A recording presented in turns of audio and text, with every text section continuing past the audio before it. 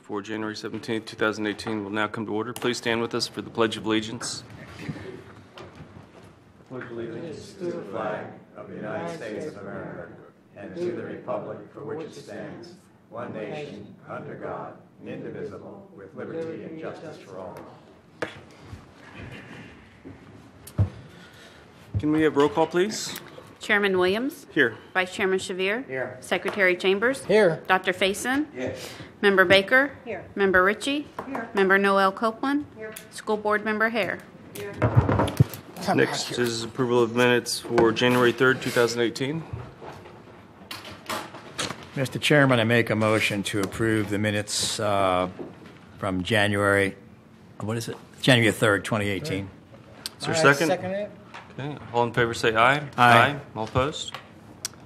All persons who anticipate speaking on any public hearing item must first fill out the oath card to be heard on the agenda item and sign the oath card contained thereon. These cards are located on the table near the entrance to the council chamber or may be obtained from the recording secretary. This meeting will be conducted in accordance to procedures adopted in Resolution 24-1997. Those speaking in favor of a request will be heard first. Those opposed will be heard second, and those who wish to make a public comment on an item will speak third. The applicant may make a brief rebuttal if necessary. A representative from either side for or against may cross-examine a witness. If you have anyone who speaks is considered a witness. If you have photographs, sketches, or documents you desire the commission to consider, they must be submitted into evidence and will be retained by the city. Please submit such exhibits to the recording secretary. Staff has all items been properly advertised. Actually, it's just one, really. That's correct. Yes, they have. Has anybody on this board had the opportunity to speak to anybody in the public about the item coming before us? Been influenced by anybody in the public about the item coming before us? Okay. With that, we can go to the first item. Yes, the first item, item 9A, the comprehensive plan visioning presentation, begins, let's see here, on page 9 of your packet, or page 8. I'm going to kind of jump around a little bit, but I will tell you the page numbers. The first thing I'm going to do is basically explain to you the process, which is on page 18 of 99 in your packet. Basically, at the top it says the vision procedure. As you're aware, we're in the process of doing our evaluation and appraisal report of the comprehensive plan. It's required by the state that every 7 years we take a look at our comprehensive plan and determine whether or not we like the comprehensive plan, like where it's going, or we would like to make changes and take another look at what the comprehensive plan says. In this case, we were given direction from council to go ahead and move forward with the visioning process. We engaged a consultant from Orlando, Canaan and Associates. They've done a lot of work in Central Florida and actually all across the state. And so their visioning process is nearing completion. They will present the vision document that you have in your packet to City Council next week on the 23rd. And so I just wanted to give you kind of a brief summary of what happened during the visioning process and what came out of that. And so to start, we as the city staff reached out via email, social media, newsletters, things like that, to several hundred people, mainly via email, from public interest lists that we had generated through other items we had been working on in the past. And so from that, the consultant led 3 evening meetings. They were right here in this room. They were broken down in several different ways, and I'll kind of give you a breakdown. So the first meeting was interactive with the participants. We had about 25 people come to each meeting. Most of them, it was a similar group. Most of them were, repeat visitors, which was a good thing. The first meeting was interactive, and the first thing that was done was a SWOT analysis, which is strengths, weaknesses, opportunities, and threats. Basically, they put big sheets of paper on the wall and let people walk up, write what they felt were good for each one of those categories. And then they also did what is called a community values survey. So they displayed on here, they displayed 106 images on the projector, on the drop-down screen here, and basically everyone wrote down on a scale of +5, meaning they think that's something that's very appropriate, to -5, which is they think something that's not very appropriate for the city. So that was basically the first meeting. It was good, got people engaged, that sort of thing. At the second meeting, The consultant brought back the summary of that community value survey, so which images scored the highest is what people felt was most appropriate, what images didn't score so well as to what's not appropriate. And then also on that, they had organized 3 tabletop exercises. They had big aerial maps they talked about 3 different areas, being the waterfront, the downtown, and then what they call the gateways, which are essentially our corridors. Highway 50, Garden Street, US 1, South Street, the main thoroughfares through the city. And then the third meeting was a summary of the first 2, what they learned through the first 2 meetings, what people had told them through the SWOT analysis, through the community values survey. And then they also they gave everyone 3 colored dots and asked people to go up and prioritize what they felt were the 3 key priorities for this, or what should be the priorities for the horizon of this new comprehensive plan that we're going to have. And so then I'm going to jump back a little bit. Page 14 in your packet, you can see they produced a map basically of that highlighted those 3 areas. So on the downtown, they highlighted the kind of the core of the downtown area there in a darker red. In the lighter red is what they called the secondary area of downtown. The green line you see there, that's a proposal for potentially a waterfront trail, and that would be a combination of areas that it's available to be directly adjacent to the water, take advantage of that, and then in other areas it may be adjacent to the road on US 1 where there's already private development occurred, secure that through easements or something like that. So it would go back and forth, but basically provide access to as much of the waterfront as possible. And the third, like I said, were the gateways, which are the major corridors through the city. Let's see then. So the key findings were on page 19. You see there at the top, it'll say key findings and strategies. Do you agree? And they actually have 4 highlighted there. They were aiming to have 3, but we had a tie for second place, so we got 4. And those are the number 1 key finding and strategy. And there again, these were the people at the meeting. They would come up and mark what they felt was whether they agreed or did not agree with it. All of those should be a priority or should not be a priority. So number 1 were these initiatives will effectively reposition the city in a very positive way. Those initiatives that they were referring to were the 3 key areas that I just spoke about: the waterfront, the downtown, and the corridors, focusing on those. The tie for second place was the city needs to reimagine 3 key areas: the downtown, the waterfront, and the gateways. And the other one that was tied for second place was the city needs to develop an effective redevelopment and or infill strategy. And that was, a lot of people recognize that we don't have a lot of just greenfield areas that we can annex in and do large developments. We're kind of boxed in with the St. Johns River to the west, with Port St. John to the south, and the Mims area to the north. And so they felt that a redevelopment and infill strategy would benefit the city, so that whenever these properties turn over, it's quality development that adds value to the city as a whole. And the third is a vibrant downtown is an essential element in the overall economic development strategy. And so those were the 3 or 4 major topics that came out of that. And then the last thing I just wanted to talk about quickly before I open it up to questions are the next steps. And they're listed on page 21 of your packet. And I'll read this. The city should review the comprehensive plan to more directly align the goals and objectives with the Titusville Tomorrow vision. The city should develop design guidelines to control near-term development on the gateway corridors. The city should consider developing a form-based code for certain areas in the city, primarily along the corridors and in the targeted redevelopment areas, such as its downtown and adjacent neighborhoods. The city should develop a more detailed waterfront trail master plan to initiate this very important stakeholder priority. And the city should also develop a transportation roadway plan and a more detailed redevelopment plan for the downtown core area that will support the vision. And so basically what that means is those are the kind of policies that we will move forward with as we go into actually writing the comprehensive plan. So the visioning was just to get the high level of where do we want to go.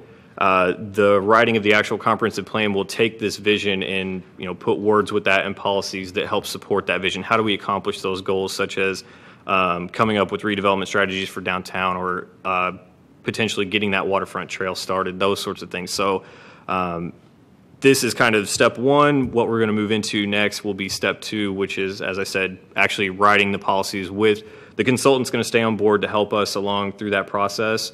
And then we will, as city staff, we will fill out the rest of those policies, make sure that what we are proposing is in line with the vision, and then, of course, we will present those findings again. We're not sure at how many public workshops, but at a series of public workshops to allow everyone basically to review that and kind of do a status check on if we're on the right track or not so much on the right track. So that's basically what we will be doing. I'll be happy to try to answer any questions. I just wanted to give a quick overview of what happened at those meetings and what we plan to do next. Vice Chairman. You know, I've read through this, and it sounded awful familiar. And I know that we've had these meetings. I didn't go to this last meeting, but I've been to several in the past, and this sounds very much the same. And the first thing that comes to mind is follow-through.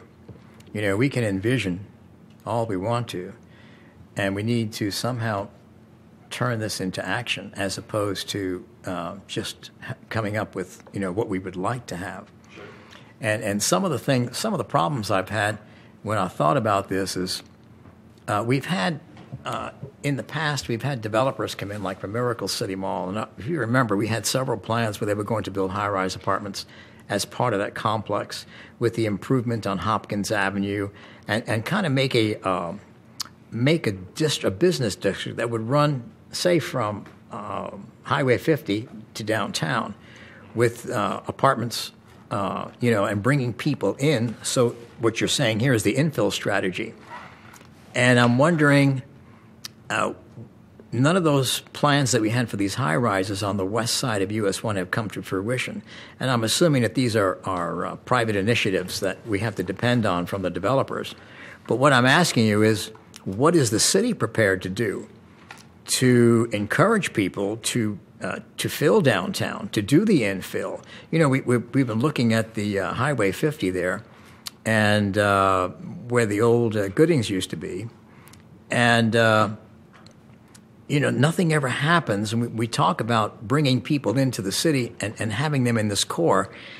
And is there anything that we can do to you know, put something in writing, so to speak, into the land development regulations or this and the CRA? Is there anything we can do to encourage people, give them some incentive to fill the downtown with people as opposed to spreading out all over the place? And that's certainly something that we can explore as we move forward in this process. So I look, and you're not the first one to say that the past visions have sounded somewhat repetitive, which I think is actually probably a good thing. It's a good thing that the overall long-term vision of the city isn't constantly changing from, you know, one end of the spectrum to the other. I think it's a good thing that everyone is still kind of focused on those three main areas, or in general those types of issues. As far as what can we do to incentivize, there's lots of different options, and that's the purpose of the visioning wasn't to come up with the exact answer, but that's certainly something that we will explore, and we can incorporate those kinds of things into the policies of the comprehensive plan, whether it's, you know, providing tax incentives or other types of incentives, that public improvements that go along with those developments. There's many different options. And so that's what we will explore in this next phase. And that's what, again, we'll need, you know, your input and the citizens' input on how much is the city really willing to give to help fulfill the vision that everyone has kind of stated at this point. And so while I don't have an answer now, we hope that we can at least get a clearer picture as we move forward into this comp plan update. No matter how much we look at this, no matter how much wishful thinking we do, the bottom line is you have to incentivize a developer to come here and do these projects. And just I don't want to spend too much time on this, but a lot of times uncertainty from a standpoint of a developer really is a big kind of disincentive to not do certain types of projects. So I think one thing that we want to focus on too is getting a regulatory framework set up that's clear and easy to understand for people who do want to come in and do development, and have a very clear set of regulations that say this is what we want. If you're willing to do this, you make it easy for them to do the type of development that you want, and that's something that we can certainly do through this process. Is you come up with a clear vision, you determine what you want within these certain areas, whether it's downtown or the corridors. And then that's something the city can do is have that clear regulatory framework to help make the development process not overly easy, but easy to understand. And that helps take the uncertainty out of, when developers are doing proposals and pro formas, they don't like uncertainty. And so the more clear we can make that, the better off it will be. And I know that's a double-edged sword. You don't want to make things too easy, but if it's a very clear intent in your code, you're still going to get what you want without requiring, let's say, lots of public hearings or things like that, because we have a clear understanding of what we want. And so that's something that we can work on in the future. But I completely agree with what you're saying. Do other cities, I'm just curious while you're talking here, do other cities ever go out with a plan to developers? Does the city ever reach out and say, okay, this is our plan, what we want for our city, and we want to incentivize, but do you ever invite people here to look at the properties we have and see if they're willing to come here and take on a project? We don't have a specific program to do that. I'm not sure what other cities do as far as if they go out after specific developers. But I do know that our economic development director frequently reaches out to companies that people express interest in. We'd like to have this type of company or restaurant or whatever it is here, and she will contact franchisee owners, things like that, and see if they have any interest in this area, and certainly show them properties. I don't know how active she is on that, but that's certainly something we can look into. Well, the only thing, if you want downtown to succeed, you're going to have population. Of course. I mean, otherwise nobody's going to come here and spend millions of dollars putting in projects and not having the volume of people necessary to support that kind of business. So I think it's got to start with that first and then kind of spread out from there. Okay, I had a few things. Familiar with this process. As a matter of fact, it even looks like they use Six Sigma doing this. So I didn't actually open up my packet until today because I read it online. So one of the things that I did was that I was really, really interested in is you had 25 people that came in and participated, and I wanted to read the boards that they wrote on. And I could read some of them, obviously, from threats, but on page, what was that, page 39. But so I was really interested in that, and I blew it up electronically, and it became blurry to me. But what I appreciated, and I actually wanted to come to these, and then I just didn't have the opportunity to. So I appreciate the residents that actually took the time and do this. It's something that I was committed to doing and didn't. And I imagine there's a lot of people out there that said, yes, I want to do this. So I commend the people that did do this, and I recognized a couple of them as well. A couple of them sit on other boards. So this is something that I did want to say about all this. And we have talked about this for years and years, and the same things keep being said. One of them was the downtown. You brought up the downtown. We talked about adding population. We got so much heat after we allowed the towers to be built. And the idea behind that was to put population down here. But what in turn happened is we didn't get the population. We're not filling downtown. Not to say that we still shouldn't proceed with that fashion, but what I fear is that we say, let's put population down there, and what we end up doing is we have developed our codes to allow, what are they called? They're like you buy one for a week. Timeshares. There is a prime property there where the old mall was. It's cleared land now. Atlantic Nautilus used to be there. That's prime. We continually increase the density units per acre in downtown. And those are the things that I absolutely don't want to see happen, because it's the same thing that's going to happen with the condos, is that you're going to have buildings there. Of course, the tax base is going to be increased, but the reason why we're doing those things isn't actually doing what we want. And so I think we need to be careful about when we increase population, what we're allowing. The one thing that I see with the codes, and I've always been about, and you've heard me say this before, about simple codes. And I would like to see our codes go back to a more simpler time, because what I've seen is we've changed. And I've said this before, where we've changed to multi-use codes. I think they're appropriate in certain areas, but overall, they're not working, and they're very vague. And what's happening with our zoning is that we get proposals saying we're going to do this, and what happens is, though they take that, they're able to increase the value of the property, and it isn't anything that was promised. I think if we can get away from that. Another, as you were talking before about clear and simple codes, I think that when we talked about downtown again, a long time ago, we also talked about having a medical district.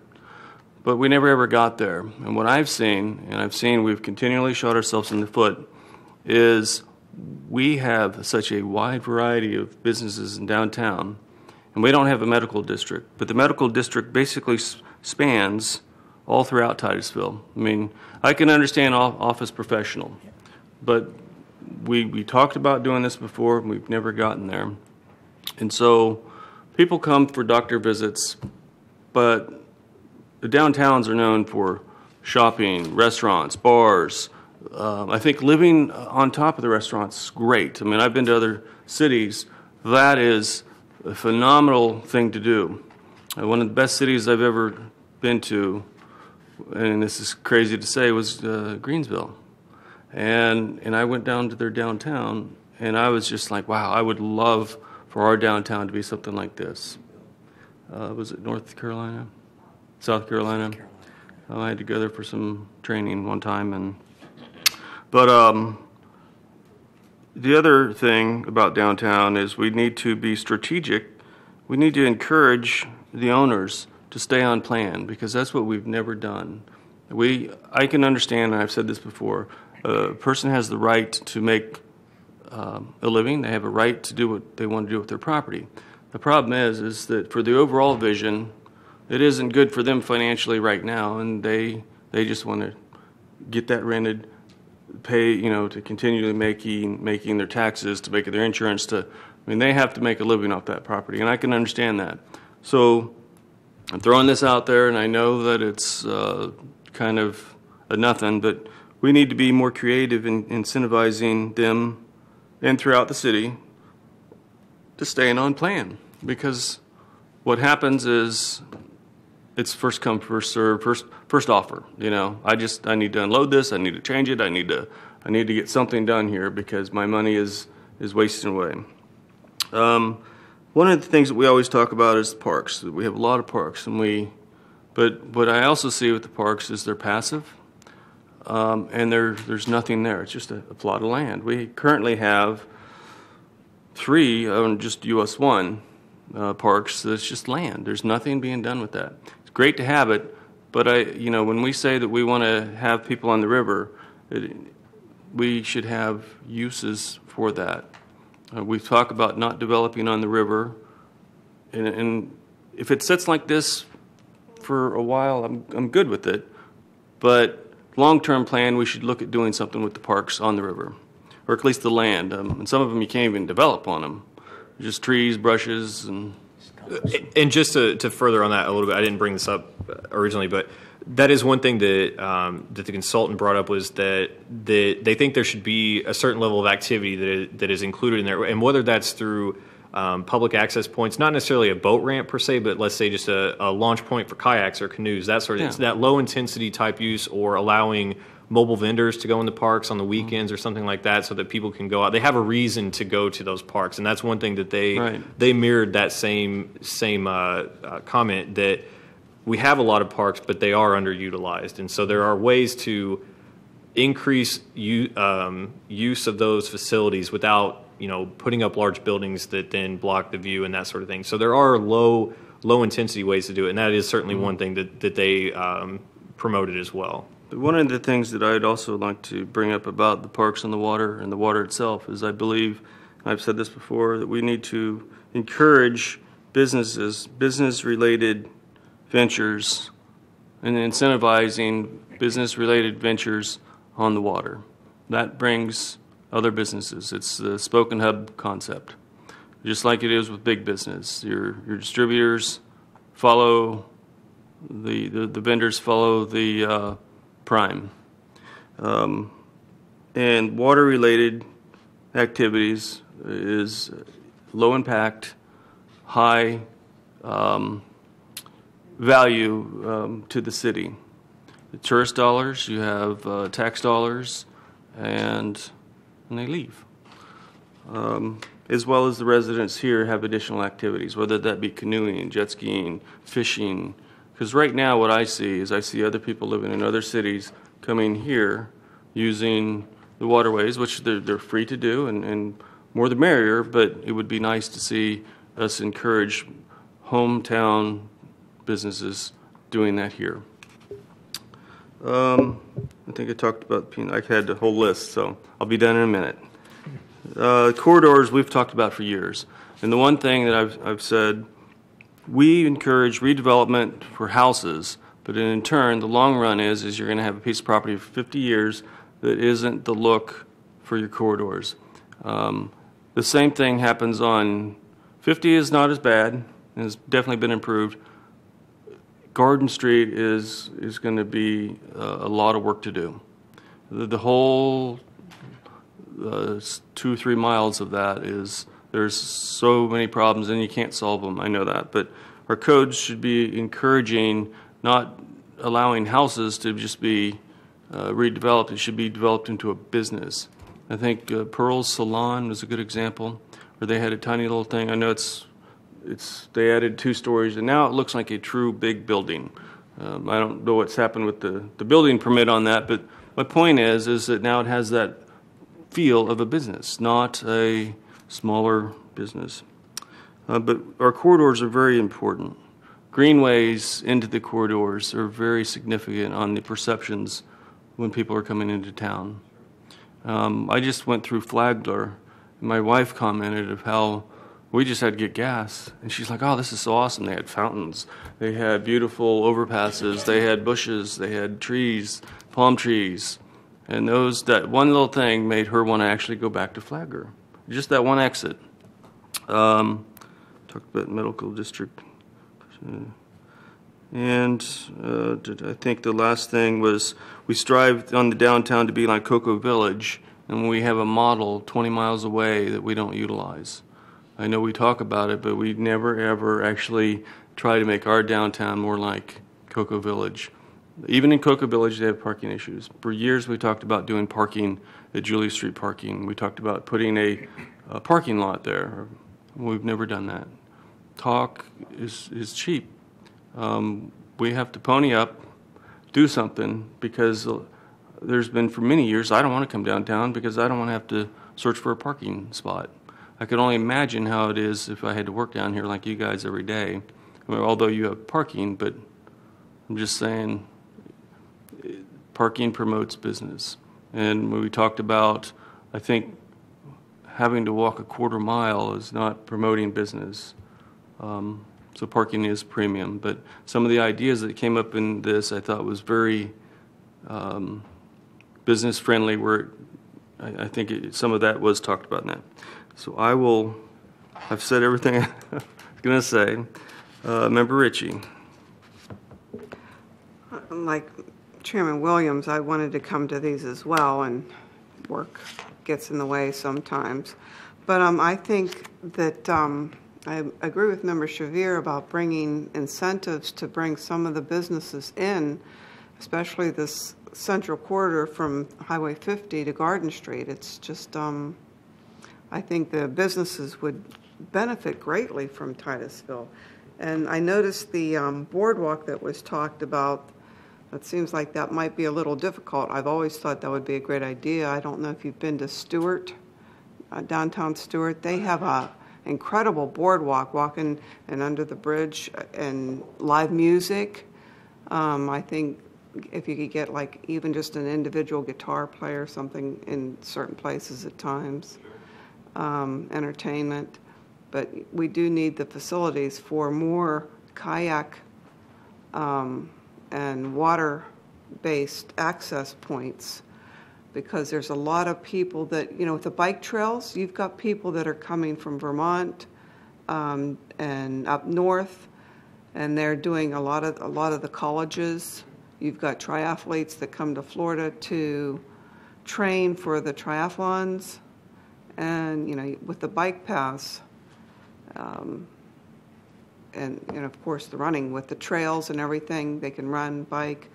All they need is swimming. But anyway, I think we need to cater more to these athletes, and it would also give a good, I think it would give a good feel to downtown Titusville. It would be more of a natural athletic thing, and I think it would invite more businesses that would cater to those kinds of people. And shops, New Smyrna Beach, their shops, I talked to people up there who have expressed an interest about something if we had like a waterfront shopping area. I think a waterfront shopping area would be great because it would be an incentive for some of these people to come down and open a second shop. But anyway, that's my spiel. Thank you. Vice Chairman Shavira. Along with what the chairman said, and Member Ritchie, I think that, have you been to Hope Sound? You haven't been up there? Hope Sound is a small city on the river, and they have, in a very, very compact area, they have really done a great job with putting in some beautiful trees, a lot of sculpture and statues along their downtown streets, and they've done a lot of upgrading. I'm assuming that they had a CRA to get all that done, just like we did. But my point is they made it super attractive. They have beautiful benches on the sidewalk. So when you see these statues, they appear to be stainless or some metal type statues, and they're really very attractive. It's like young people, in motion, that type of statues, and they got trees and landscaping, a lot of color. And while we've tried to do something like that with our downtown, I think by these parks that we have along the waterfront, we need to start thinking about what we can do to dress these parks up. Personally speaking, I've been down to those parks several times, and I'll tell you, people sleeping on the benches, motorhomes. I've seen all kinds of things going on there, and that's not very conducive.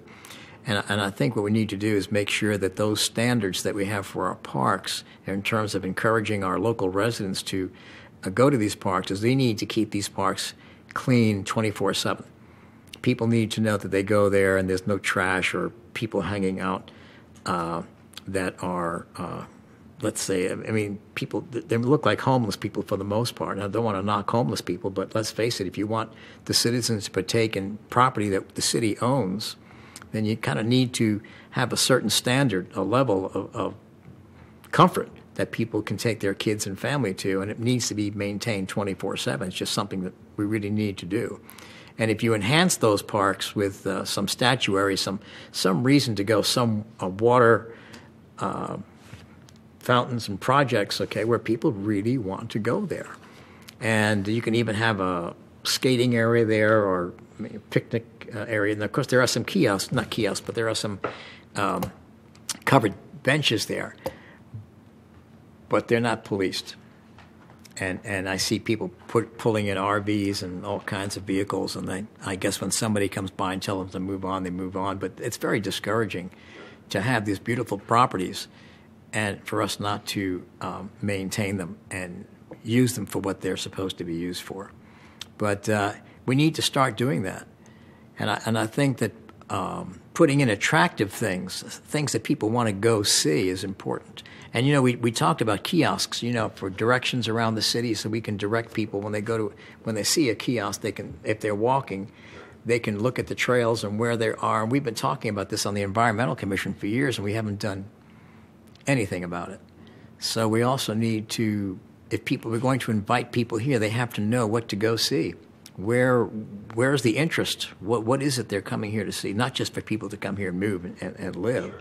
So I think that needs to be kind of part of the plan for downtown is to really enhance it, really, really make it look good, and maintain the parks and put in paths through the parks and plant not necessarily grass, but put in trees that are native to this area here, that we can just dress it up a little bit more than what we've been doing.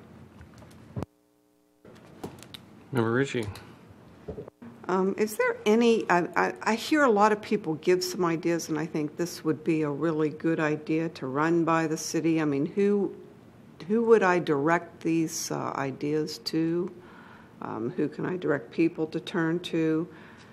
Do we promote people to give input? I mean, I know you have these vision meetings, but it's still a small percentage of the population. If we can get people, give ideas and then somebody to take those ideas and really Absolutely. We before we even started this process, we developed a website that you can go to titusvilletomorrow.com.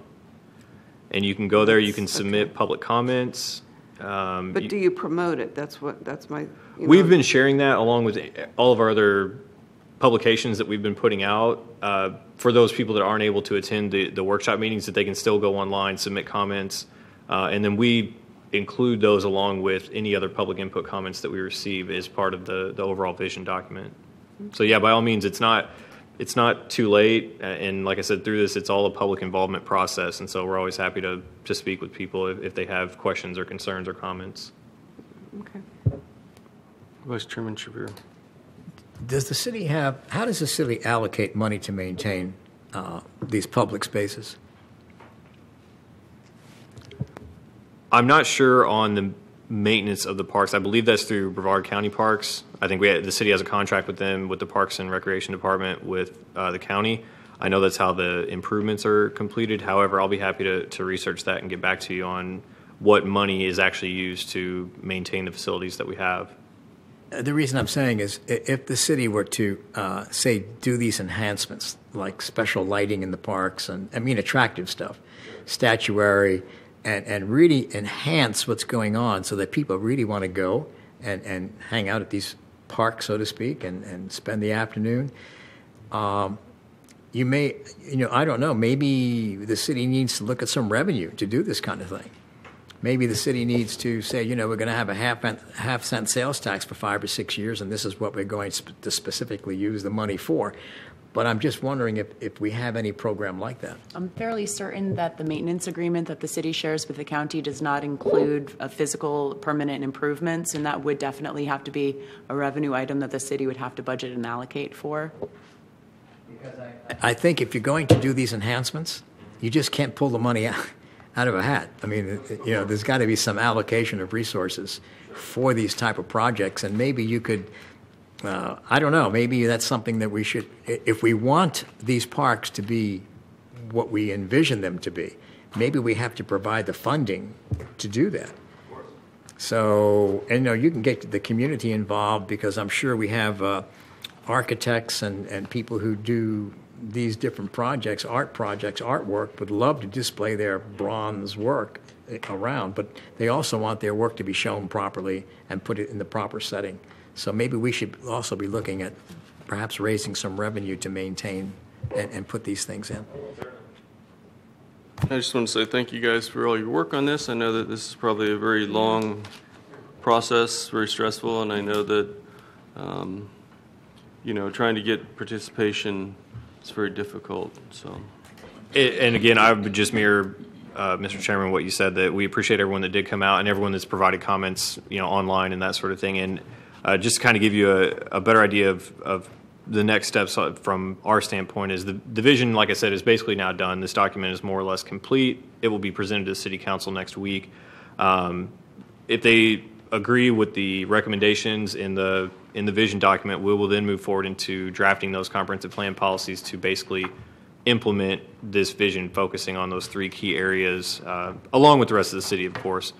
And then after that, once we get through the comp plan process and the EAR process, our goal would be to then come back and further refine the land development regulations and that's whenever we will probably take a much more focused look at downtown and the corridors and what really needs to be done from a regulatory standpoint to make sure that we don't just have comp plan policies that say a lot of nice things but then can't be accomplished because our our regulations won't allow it or don't encourage it or those sorts of things. So we're almost in a 3-step process. We're almost done with step 1 here, and then we'll be moving into step 2. And of course, all of those changes will come before this commission and the city council as well. So you'll get to be involved as well, whether you like it or not.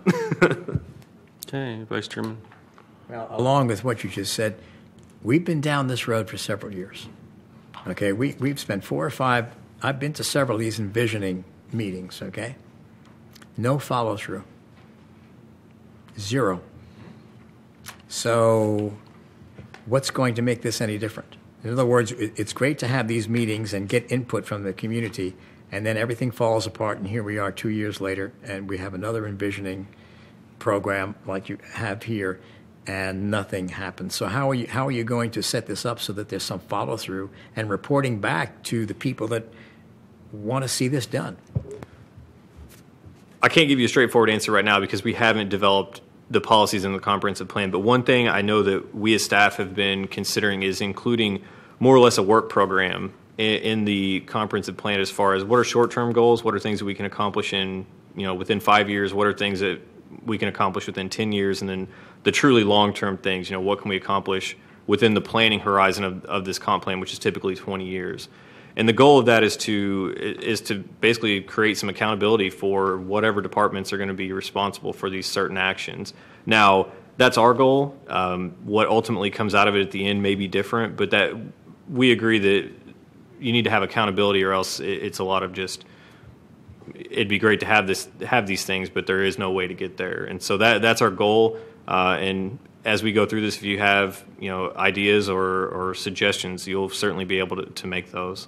The other thing is, I would suggest at this point, okay, that you bring up to City Council the money. Okay, this takes money. We can sit here and have all these great ideas, okay, but we need a budget for what we're going to do on an annual basis. How much are we going to spend not to acquire any more land, but to improve and what we have now, and whether council wants to recommend, say, a half-cent sales tax for 5 or 6 years, specifically designated for improving the parks around the city and the waterfront. And I think we need to look into that, because that's the only way this happens is with money. You can't go into the till with so many times. Sure. With your budget. Mm-hmm. So we need to have money to do this. Understood. Thank you.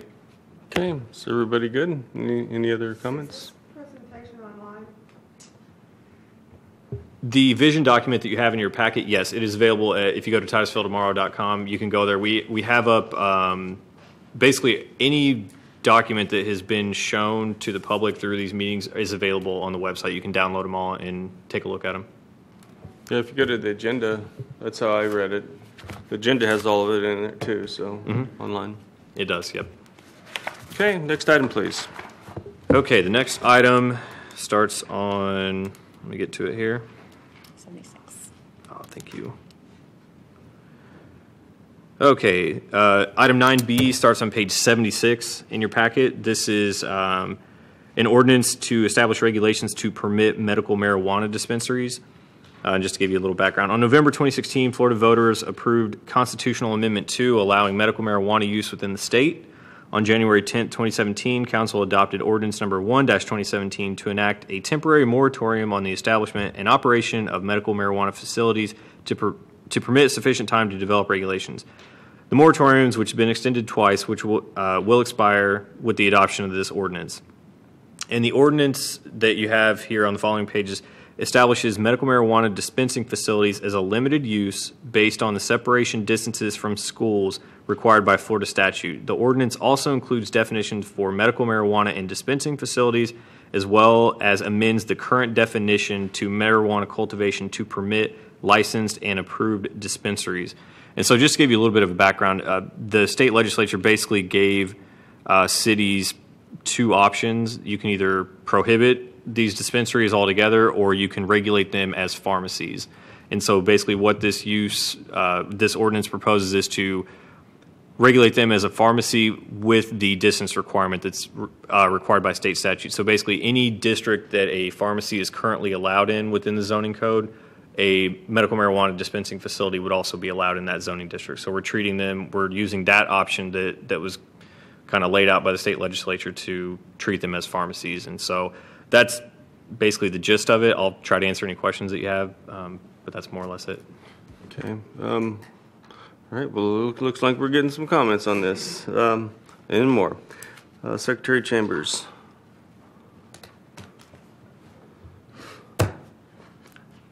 I need a few minutes because I really got something to say.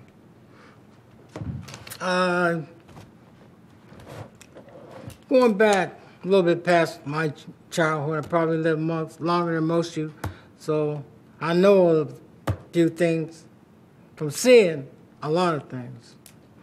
Now, going back, let's go back to World War I. I wasn't living then, but we'll start there. Our doughboys were overseas fighting. Everybody was killing each other, but everybody had to have a cigarette. Oh, the cigarette was the thing. That calm your nerves, and just had to have a cigarette. Even put them in the packs. Cigarettes were big. Come World War II, not too far after that, all our doughboys had cigarettes put in their battle packs. Whenever you had a movie, whatever, everybody's smoking cigarettes. Movie stars, everybody. It was the thing to do. It was a way to show off and show that you're up with it. Start to smoke a cigarette. That old song about smoke, you smoke yourself to death. Well, now we're paying for it. We got people running around with their chins hanging down on their chests. They can't talk unless they poke their finger in a hole in their chest. They can't breathe because their lungs are shot and burned. But there was nothing wrong with a Marlboro man. I think he fell off his horse. He's down there looking up at the moon someplace out in the desert.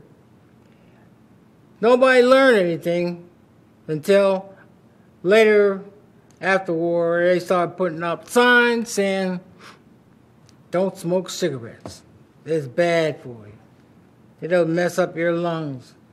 And all of a sudden, cigarettes kind of like, if you don't ask for them, they're not out there for you to get out on the shelves, the stores and that. You got to go find them. Before, they was everywhere. Everybody had a pack of cigarettes.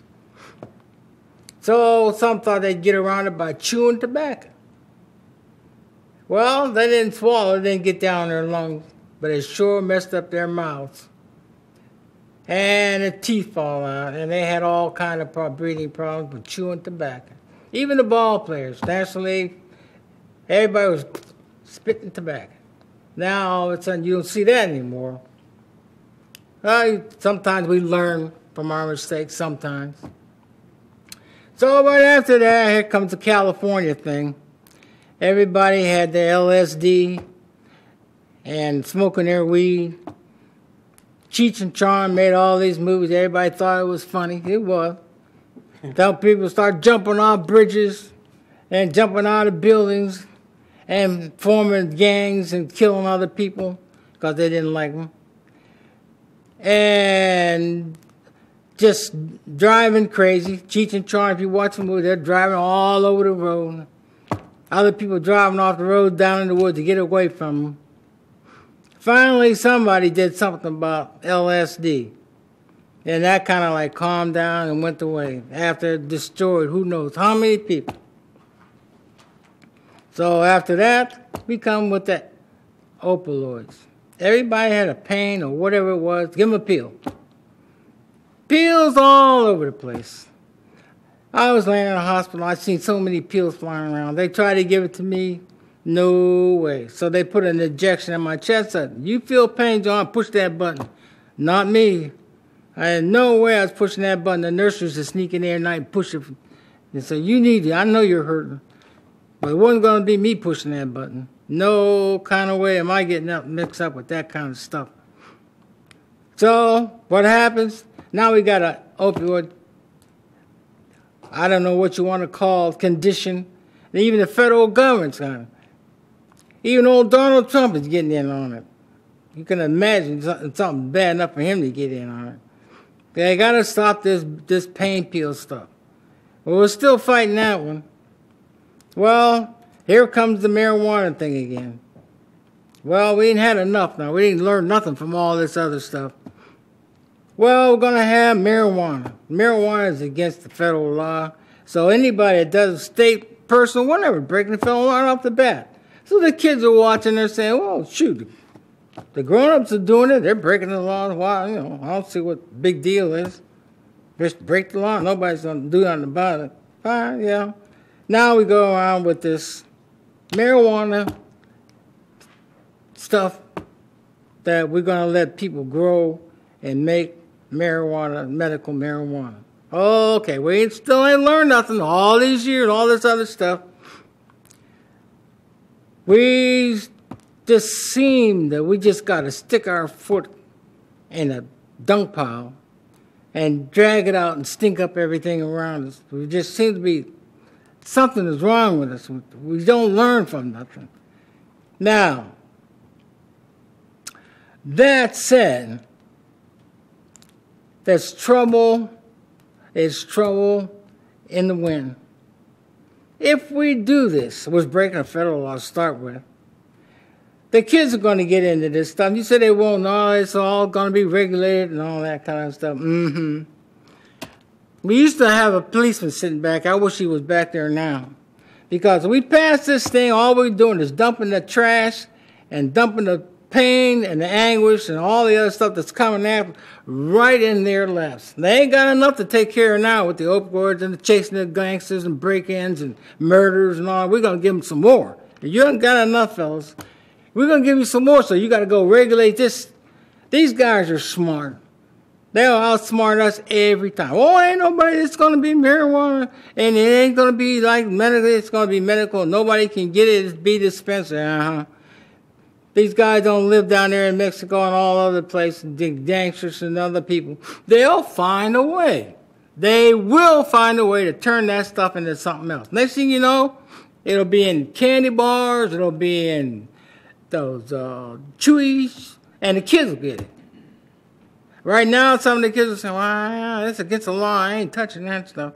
So we make it legal. Oh, I guess it's all right. The grown-up says it's fine. Next thing you know, half the high school is looking up in the ceiling and tapping their toes instead of listening to the teacher.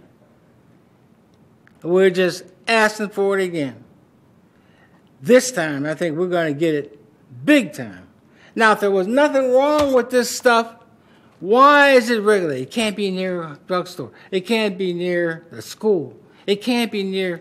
I'd like to see how many people raise their hand and say, let them go put it next door to me. I'll bet you won't find one. They here to say, oh, it's all right, open up right next to me. I don't care, right on my street. I guarantee you won't. Now, the thing is, if ain't nothing wrong with it, what's the big deal?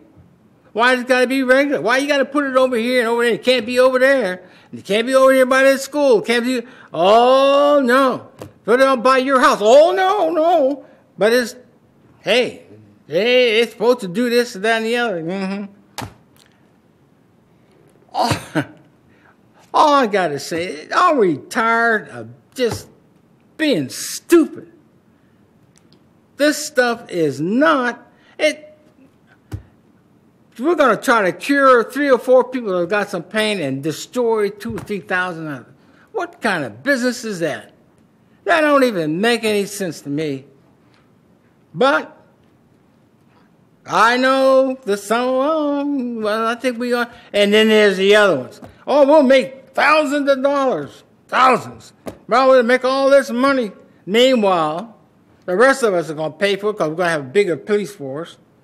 Then we're going to have to control this stuff somehow from getting out and doing other nasty stuff that they ain't supposed to. So our taxes are all going to go up. And, well, how come that? I only voted for the marijuana, yeah. But who's going to control this without pay? You're going to pay. Now, not paying as much as those who use it the wrong way, they're going to die. Oh, and down the future, just like cigarettes, oh, nothing's wrong with cigarettes. Puff your cigarettes. Smoke. That's fine. Nothing wrong with that. Now, look. Those ones that were doing it, they ain't got no face. They ain't got no mouth. They ain't got no voice. They ain't got any lungs. Well, I didn't think it would do it. Yeah, okay. So why don't we wake up and quit this stuff? It is not made for us to use that way. It's just not. If it was, we wouldn't hurt any of us. Cigarettes wouldn't hurt any of us. We were supposed to have smoke down in our lungs. But look what it did to them. Took all these years, from World War I to II to almost up to now, to find out cigarettes will mess you up. If it don't kill you right away, you're going to live in misery.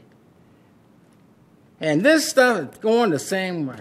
There's no way you're going to tell me that we're going to control this stuff where it's growing, or these people are only going to just do the right thing. That ain't ever going to happen when there's some product that they can make all this money off of. They're going to make that money here in Titusville, blowing that stuff and doing up all our kids and stuff, and take it somewhere else where they don't have it and use it to build their big fancy buildings and all that, but the money's going to come from here. It's ridiculous. So I want to get us on point, though, because, and I wanted to give you this full discretion, but so I just wanted to go back to the ordinance before us. Well, we've got to vote on whether we're going to have it or We not, do, right? but I mean, it's already law, it's already state law, and so we're voting, or we're discussing the ordinance. And so I Well, don't we want to don't have interrupt to- you, and I don't want to be rude. Huh? I want to bring us back to the point of, so are you basically saying we should ban this instead of doing an ordinance? I'd say ban it. That's Okay. what I'd say. Okay. And that's, I just wanted to, because I understand what you're saying, and back from World War I to do All the, the year all we the way made up. all these mistakes. We keep on making them. So, but to put us on point, you would recommend, your position is you'd rather see this banned rather than go through ordinance. Is that a That's better it. way of summing it up? Okay. Yep. Anything else you'd like to add? No, I guess you guys are tired of me talking now. No, I'm not tired of you talking. I just, I No, don't want but to, I don't want to, I and I don't just- want to cut you off. So if I you got just more to felt say. I need to say something for astronaut kids and Titusville kids that can't say nothing now. Somebody needs to speak up, and that's what I think I'm doing.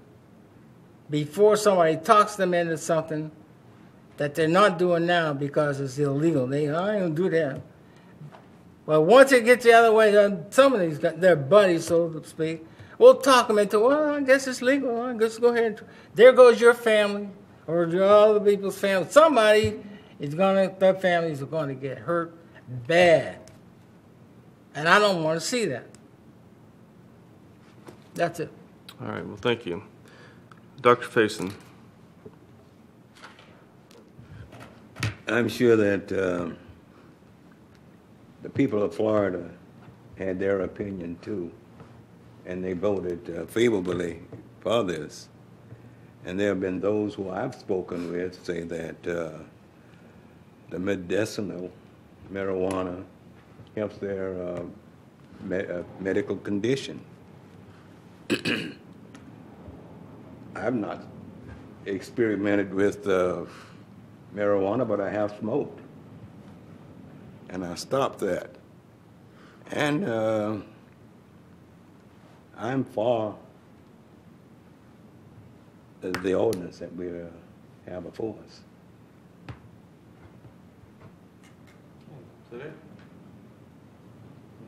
I'm finished.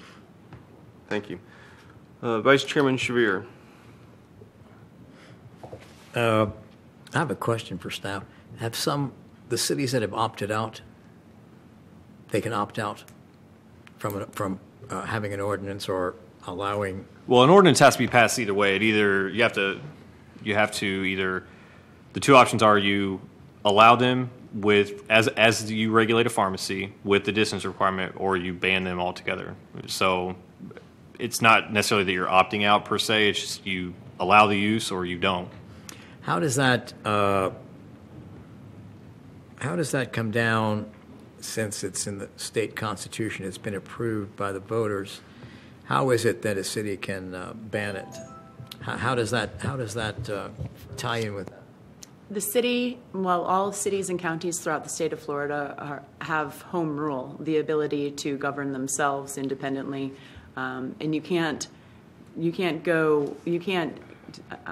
take a preemption that's on state law and circumvent it. However, you can allow additional regulations within your municipality or county. And so what the city would be doing if we decide to ban it would be making that additional regulation to ban it. We can't have a lesser regulation than what the statute prescribes regarding the relationship to pharmacies.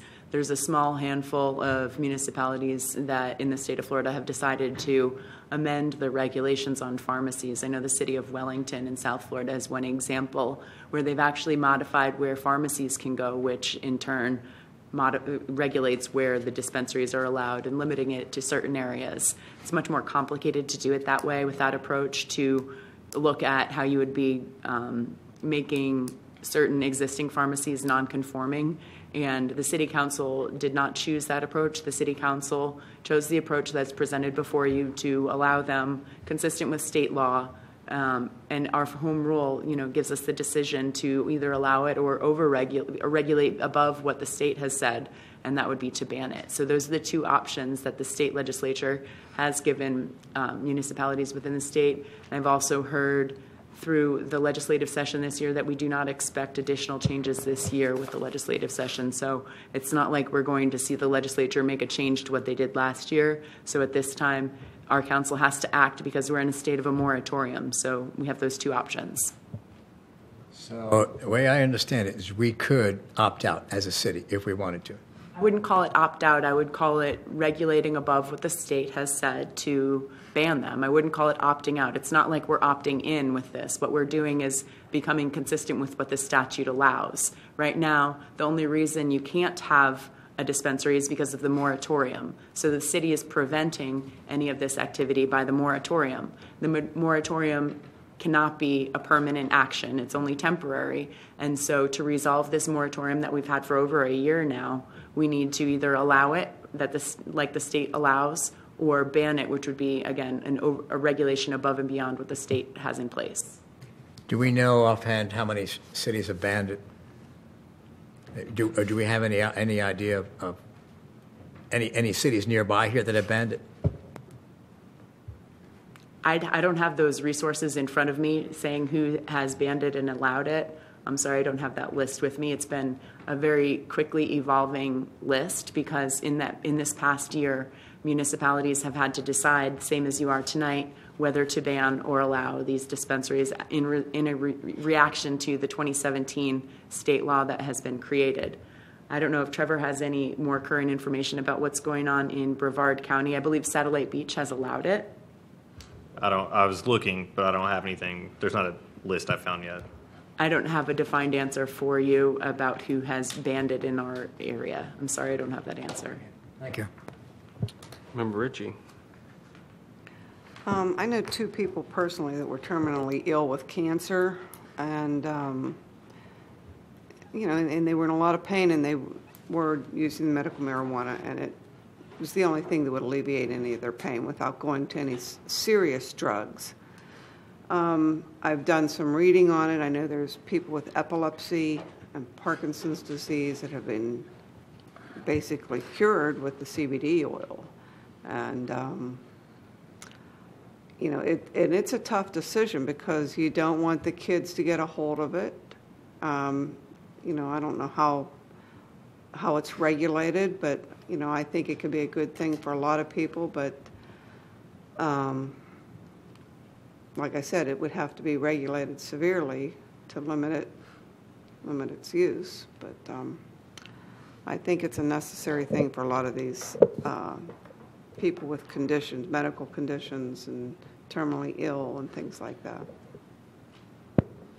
Vice Chairman Shavir. I know we discussed this, and I'm going to backpedal just a little bit since we're getting into the thick of this. Why can't we have, if it's going to be for medical marijuana dispensing facilities, is that the official designation? Is that how this is going to work? It's going to be called a medical marijuana dispensing facility? Is that? That's correct. Okay, so we're not talking about recreational marijuana here. No, that was not approved as part of the constitutional amendment. So if this, why, we had this discussion before, and I'd like to revisit it. Why can't we have the pharmacies do this? Why do we have to have separate dispensing facilities for medical marijuana if, in fact, if we're calling it medical marijuana, and I'm assuming that a physician would have to authorize getting this. Is that correct? Correct. So why do we have to even have separate facilities to do this? I can only explain that it's the way that the state legislature has set it up, and the Department of Health is overseeing the Office of Medical Marijuana Use. That office is in charge of the licenses that are distributed to patients, as well as authorizing the physicians who are eligible to write the prescriptions for the recommendation for the patient obtain this prescription. I can tell you from last Friday's update, the Office of Medical Marijuana Use has been publishing a weekly publication that tells you by the numbers where we are in the state of Florida. And I'll just read some of this for you so you get a better feel for what's going on. The number of patients in the registry is 67,385. And that is a number of people that are eligible to get a ID card. The number of people that have taken the next step to go ahead and get their medical marijuana ID card is 45,204 in the state of Florida, plus an additional 3,500 applications in processing. There are 13 approved medical marijuana treatment centers, and under those treatment centers, they're allowed to have their retail dispensing locations. There's currently 25 retail dispensing locations throughout the state of Florida. Those are some of the numbers, some of the implementation updates. Low THC cannabis and medical marijuana has been and continues to be available for qualified patients. Patients may search for qualified ordering physicians until using the new search tool on the OMU patients page. Patients and caregivers may fill their orders at any of the 25 dispensing locations or via delivery from approved medical marijuana treatment centers. I will comment that our City Council knows about the delivery service, and there is an option for people that live within the city of Titusville to get delivery today. So the product is, or the medicine is available to these patients through a delivery service, but what you're looking at is whether to have the brick and mortar in the city. There's a bit more additional information you can find if you go to this website. I subscribe to the updates myself. You could do that if you wanted regular information coming from the Office of Medical Marijuana Use. I'm happy to try and answer any additional questions you may have, but that is what I know at hand. So if we were to have a dispensary, how many, can we limit the number of dispensaries if we allow it? The state limits the number of licenses that the treatment centers obtain, and then therefore how many dispensing locations that they're allowed to open up. So the state is in charge of issuing that permission, and then they would have to come to the city once they are authorized by the state, and then come to the city and say, can I get a permit to do this on the local level? So on the local level, is there some criteria for whether a particular county or city qualifies for a dispensary? Basically, the legislation that was passed said we can't have additional criteria. The reason that this ordinance is so basic and straightforward is because your options are only yes or no, do we allow it? If we allow it, they have to be regulated the same as pharmacies with those additional distance criteria that is included in this ordinance. The alternative is to ban it and not allow the brick and mortar in the city. Now, if you, the status of this today, if somebody needs to use medical marijuana, okay, and they have a physician that says you're authorized to do it, they certainly can do this by mail order, can they not? Yes, that's correct. That's what I mentioned with delivery service. Delivery service is available to those patients that qualify. So how many did you say in the state, roughly? What are we talking about? Just over 45,000 with a continuing number of applications getting processed. Okay, it's 45,000.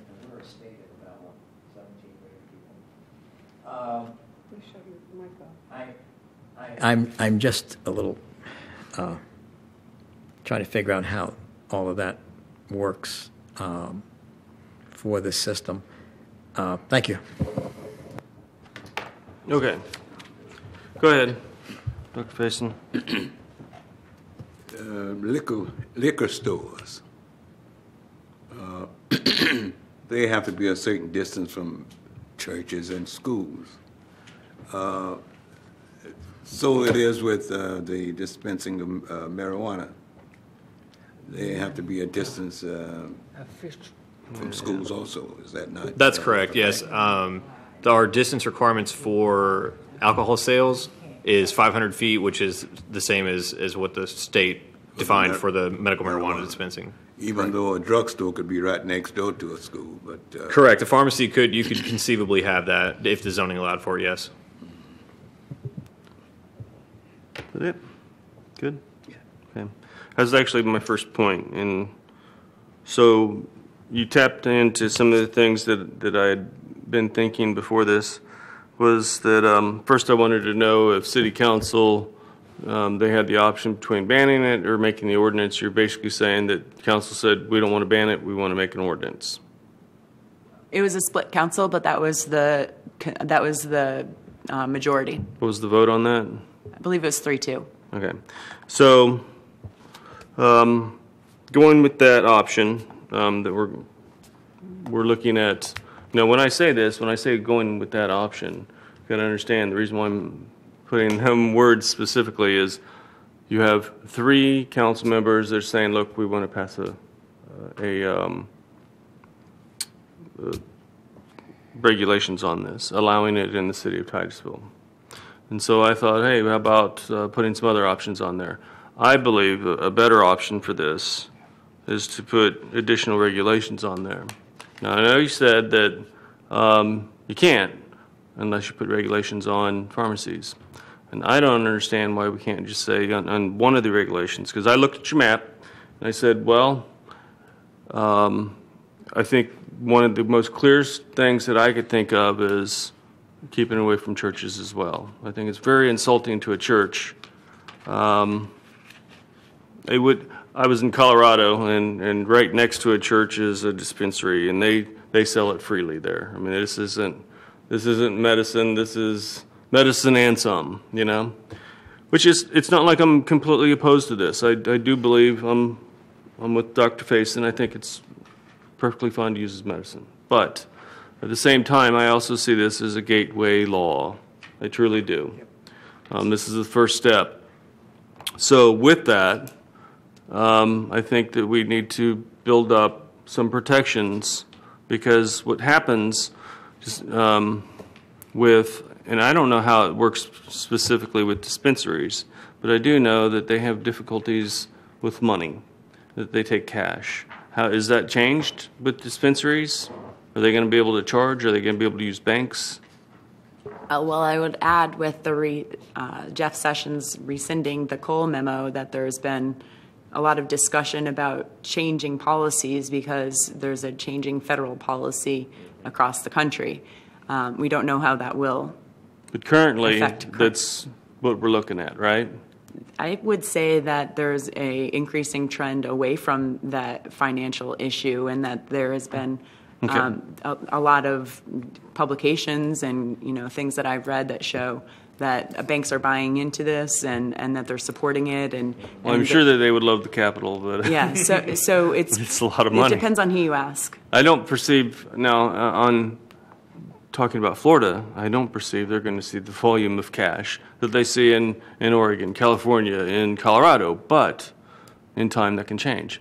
My concerns are primarily a few of them, and that's property values for the people next to them.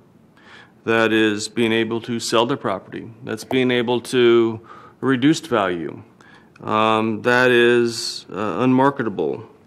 It's also, and we've talked about this before, there's increased crime when you have this issue of cash, which also brings the crime to other businesses. So I think, although you said it was difficult, if we did the same map on pharmacies, and if we were just to add, to say, let's add churches in there. It doesn't have to necessarily be 500 feet, but maybe it could be 100 feet, 200 feet, whatever to reduce the footprint of where these could be located. because it's not like I'm outright opposed to having them in the city. I just don't want to see them be put any place. So I would like to see us be able to control it somehow. The question I had for you was, currently, do you know if there's any dispensaries in Brevard County? I believe that the closest one that I'm aware of is in Edgewater. So Okay. no in Brevard County. And they deliver to Brevard, as does Orlando. Yes.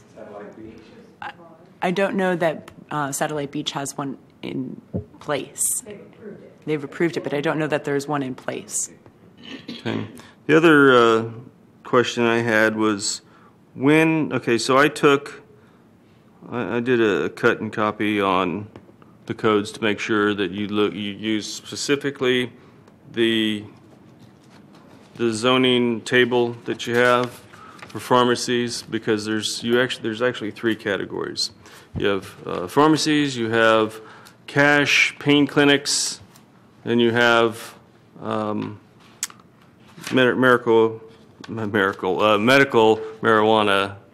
I say. So I looked at all three of them, and then I saw limited. So I'm trying to understand what you meant by limited in those areas. So anytime, the way those zoning use tables are put together in the ordinance, anytime that there is an extra criteria, it's considered a limited use. So, for instance, in the CC... The 500 feet is considered limited. That's a limitation. But then you have permitted, I thought, on one area. Is that right, or am I... Not for medical marijuana, I don't think. Fine. I thought I saw 1P in there. You should know. You wrote it, right? But I was part of writing, yeah, but let's see.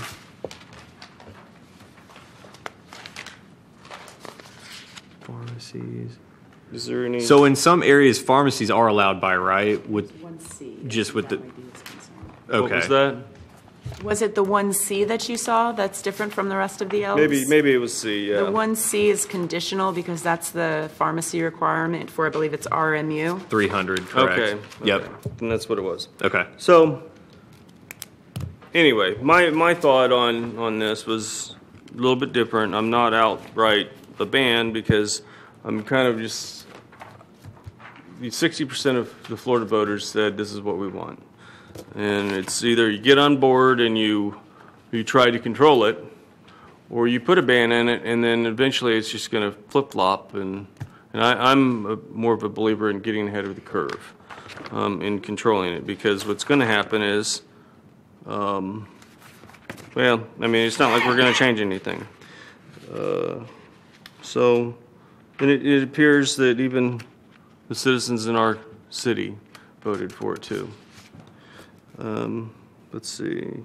And the last thing I wanted to make was, one of the things that I had overheard was that doctors in Florida, or, obviously not everybody, they're a little worried about even getting permitted to issue marijuana, because I've heard that they fear from the federal government of still losing their license.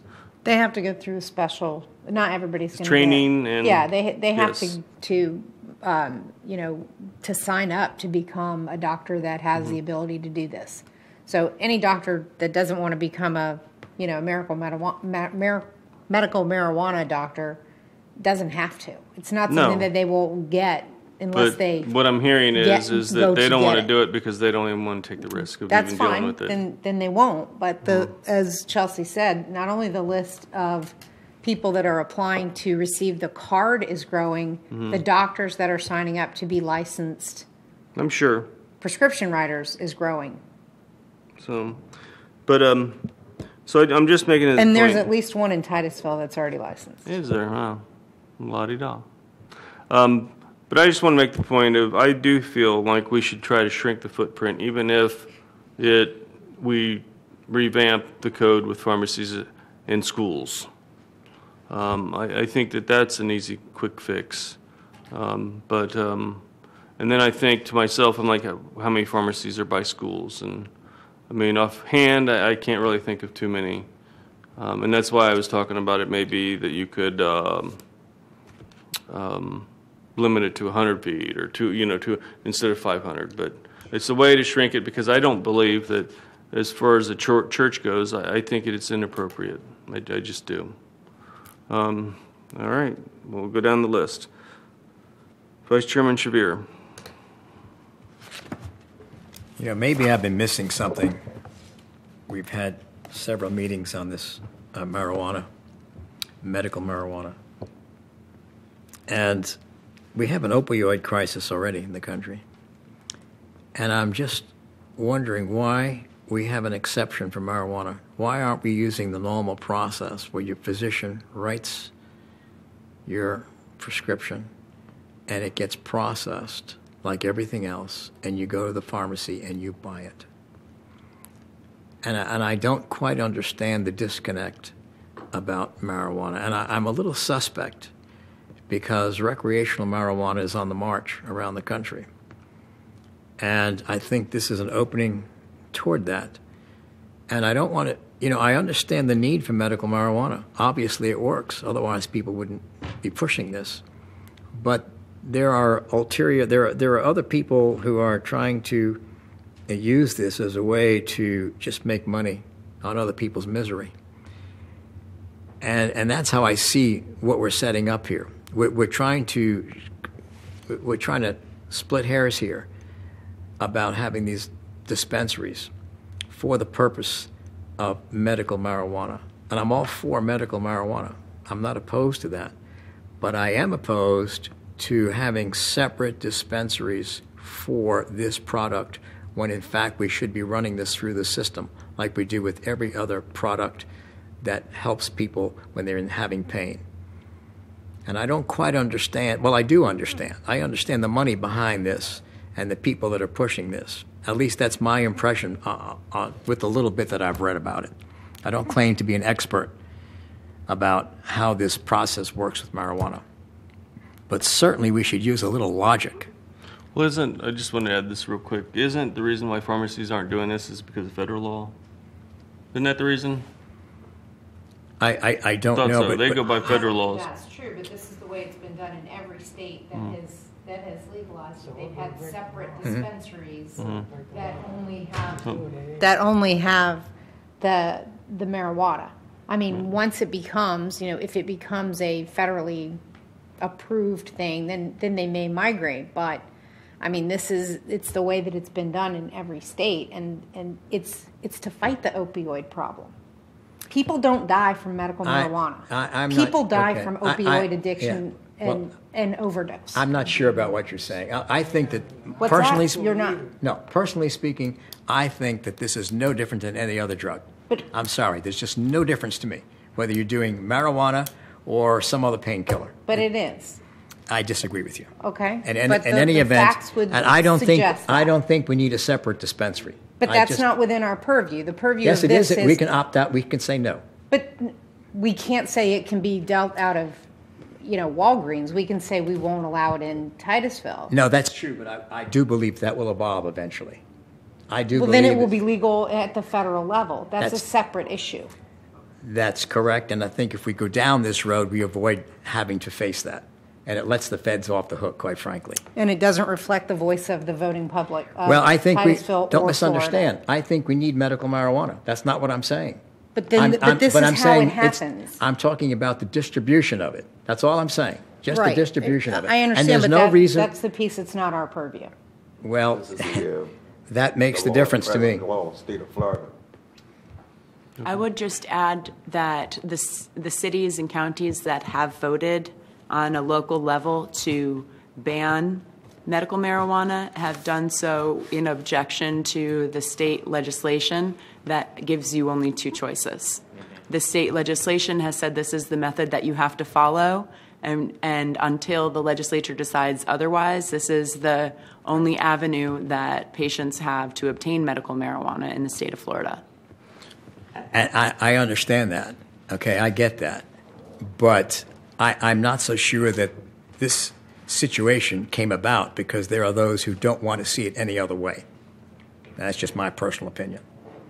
Well, I think it was a political motivation by the state that they've undercut cities And because it was like, well, you want it, take it all. And but then again,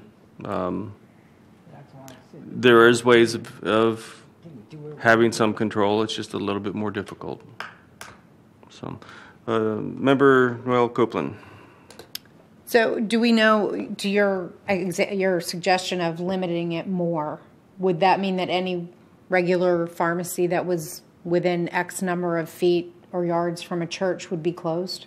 No, they would not be in compliance. But and that's why I said you could take it from, let's just say we do the map of Titusville and we say, okay, how many pharmacies are within 500 feet of churches? Or then you could reduce that to 100 feet, 200 feet, 250, to, as well as you could also write the code to say, okay, churches that only have this much congregation, above a capacity of 50. Would that be, you follow me? I'm going? I do. I follow with what you're getting at.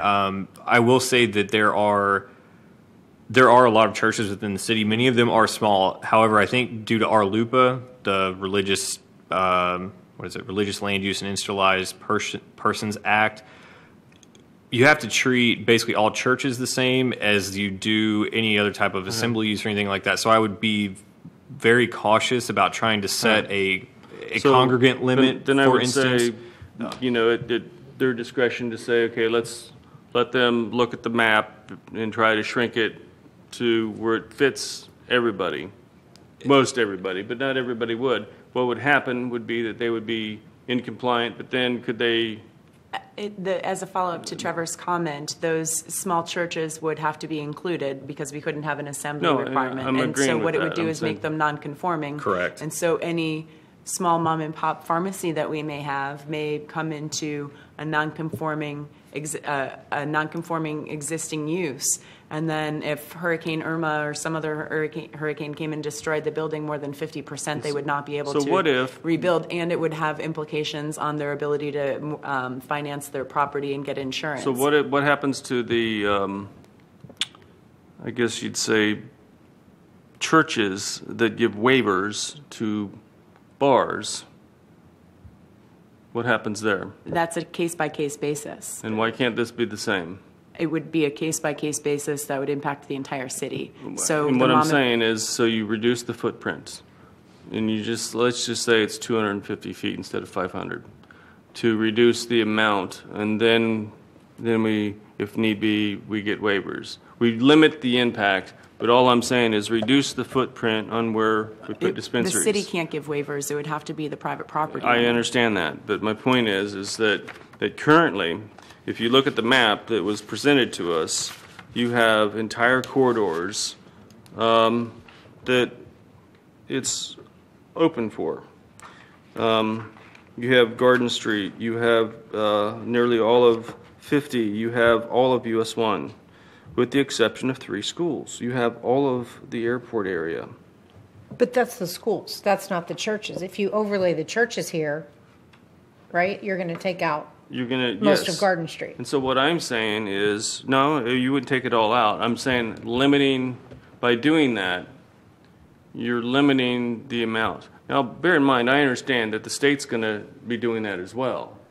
I'm just saying that I don't want to see 20 dispensaries in Titusville. I don't care if there's 2. I'm confused about the 500 feet requirement. That would apply to any dispensing facility. Correct. The same as any liquor store. Correct. It applies to the church and school alike. The church. Schools only. Yeah. State statute only regulates distance requirements from schools. In our code, in our land development, or in our code of ordinances, we do prohibit certain sales of alcohol within 300 feet of a church. However, that church can issue waivers, but that's a local-only regulation. That is not mandated by the state. I think at one point in time that it was, but that was repealed many years ago, and it has remained in our code of ordinances. Well, okay, then I was right at the time. I've been around here a long time. And so, 85 years, as a matter of fact. But that was a requirement at one time that it would have to be 500 feet from a church or school. I think it was 300 feet, not 500. I'm sorry, but 300 feet. that's my understanding. Yes. Okay, but it's different now. Even if it was 100 feet. And what is the difference? Explain that to me. Because you shrink the footprint of where they can put dispensaries, and it could change substantially the map. That's really what I'm trying to get to. Is that It could. I agree with you that it I really don't want could. to completely eliminate it. I would like to reduce it, because right now you have 3 corridors that are wide open anywhere, literally anywhere within the corridor. I'm still confused here. Maybe you can square me off with the chair. Mm-hmm. What is the requirement for liquor stores? Basically, it's still a requirement that it can't be by a school and it can't be by a church. That's correct. That's it. But there's no... But we're not talking about that. We're really talking about pharmacies. no, That's just- our comparison. I understand where we are, but I'm comparing the two. Okay. And you're saying that there's no longer a requirement as it relate to hard liquor? I think that there's an important requirement that the store obtain a state license in order to sell that product. And I think that if you look at the number of licenses that are granted for liquor stores, is going to be much higher than the number of dispensing locations that you'd see throughout the state. But one comment I wanted to make regarding Chair Williams, your comment about additional regulations, our council deliberated that possibility and spoke at length with the director of the planning department, Peggy Busaka, at the December meeting when they were deliberating which course to take. And what part of their motion was to come back with an ordinance in no less than 90 days. They wanted to implement this immediately. And so the planning staff said that it would take additional time and it would take a much more thorough review of our city to analyze additional regulations on pharmacy. So that was discussed at council level, and they said to go ahead with the direction that's before you tonight. But And what I'm asking, you currently already have mapped in your system. That's nothing. those maps are not the hard part. The hard part would be looking at the pharmacies and how many would become nonconforming and notifying those nonconforming businesses about the process they would need to follow. But what I'm saying is do the analysis, and if that is something that is workable, that'd be the recommendation that I would be comfortable with. I'm not, look, I'm just one vote on this board, but my point is that I don't like seeing all that green. I understand. And just if I may, whenever all this first came up, or maybe I was working on a different project. And I'm not talking about marijuana. I quickly did an analysis, and there's somewhere, I think, around 60 churches within the city. Many of them are quite small. But yeah, you're going to see, I think, probably a pretty drastic change in that map by overlaying that. But to mirror Chelsea's comments, that the analysis is really the easy part. It's easy to plug in GIS and figure out what properties are used for pharmacies, what properties are used for churches, and adjust those boundaries as such and see how many conflicts may arise. But the issue is then going back to the public outreach part. And so it can certainly be, if it's the desire of the commission that we come back with more information, that can certainly be passed along. It could be that you say, 100 feet. It's just reducing the footprint is all I'm requesting. Reduce that footprint rather than it be literally the entire US 1 corridor, whether it be most of, is that Garden? That is Garden Street, isn't it? Am I correct? Yeah, that's correct. And quite honestly, the 2 corridors that I think is most appropriate is 50 and Garden Street. But, I just don't know if, do you really want to see a dispensary in downtown? Is that the direction? We just had this discussion about what we're going to, or vision of the city.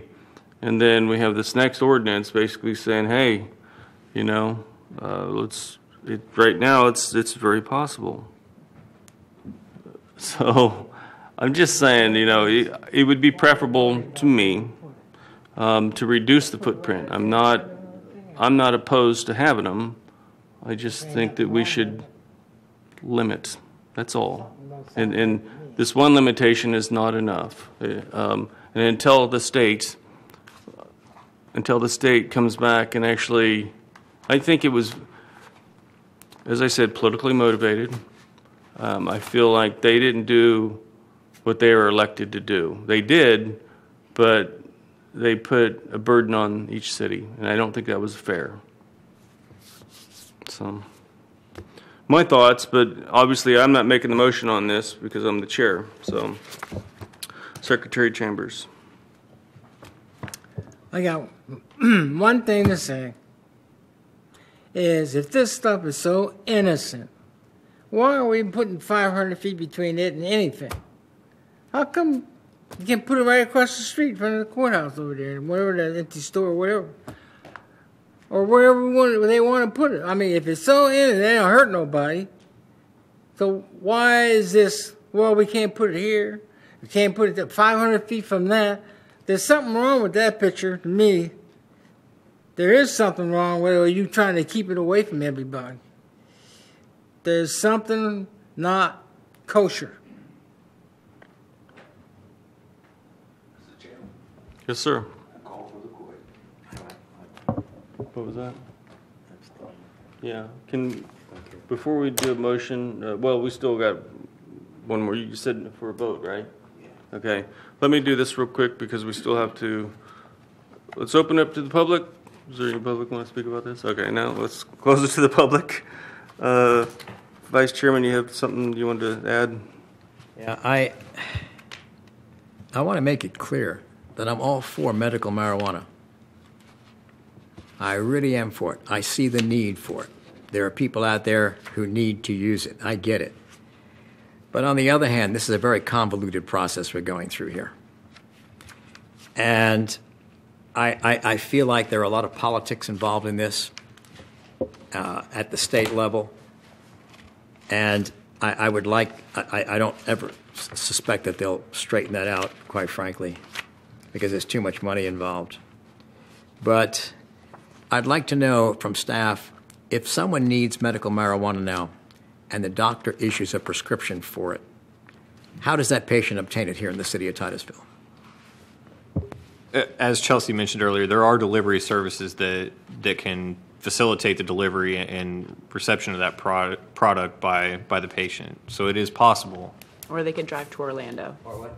They can drive to Orlando or Edgewater or any one of the 25 dispensing locations throughout the state. So if we move to not recommend this ordinance until such time as we have some improvement in the way this is written or set up, then people who need it can still get it.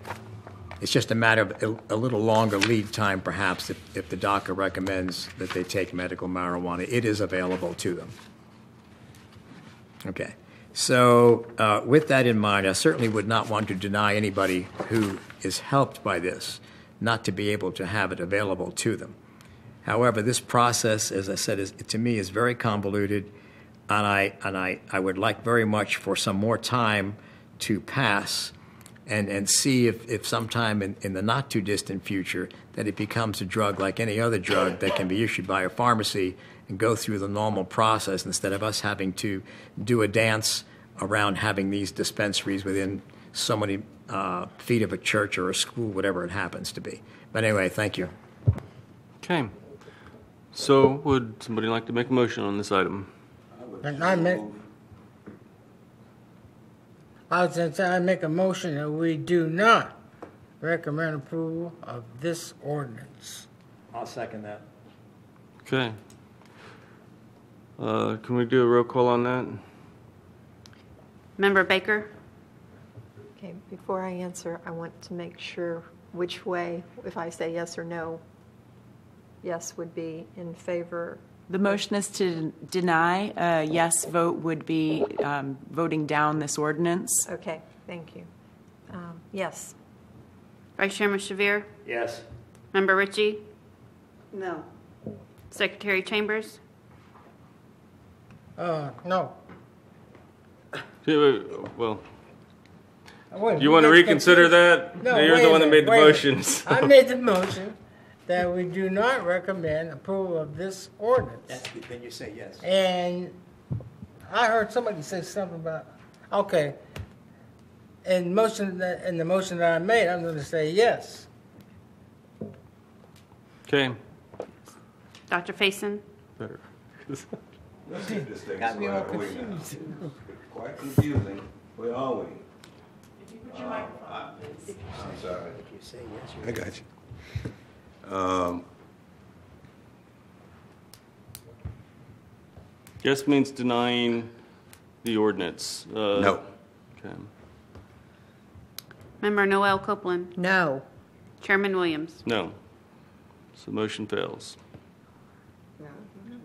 Right. 4-3.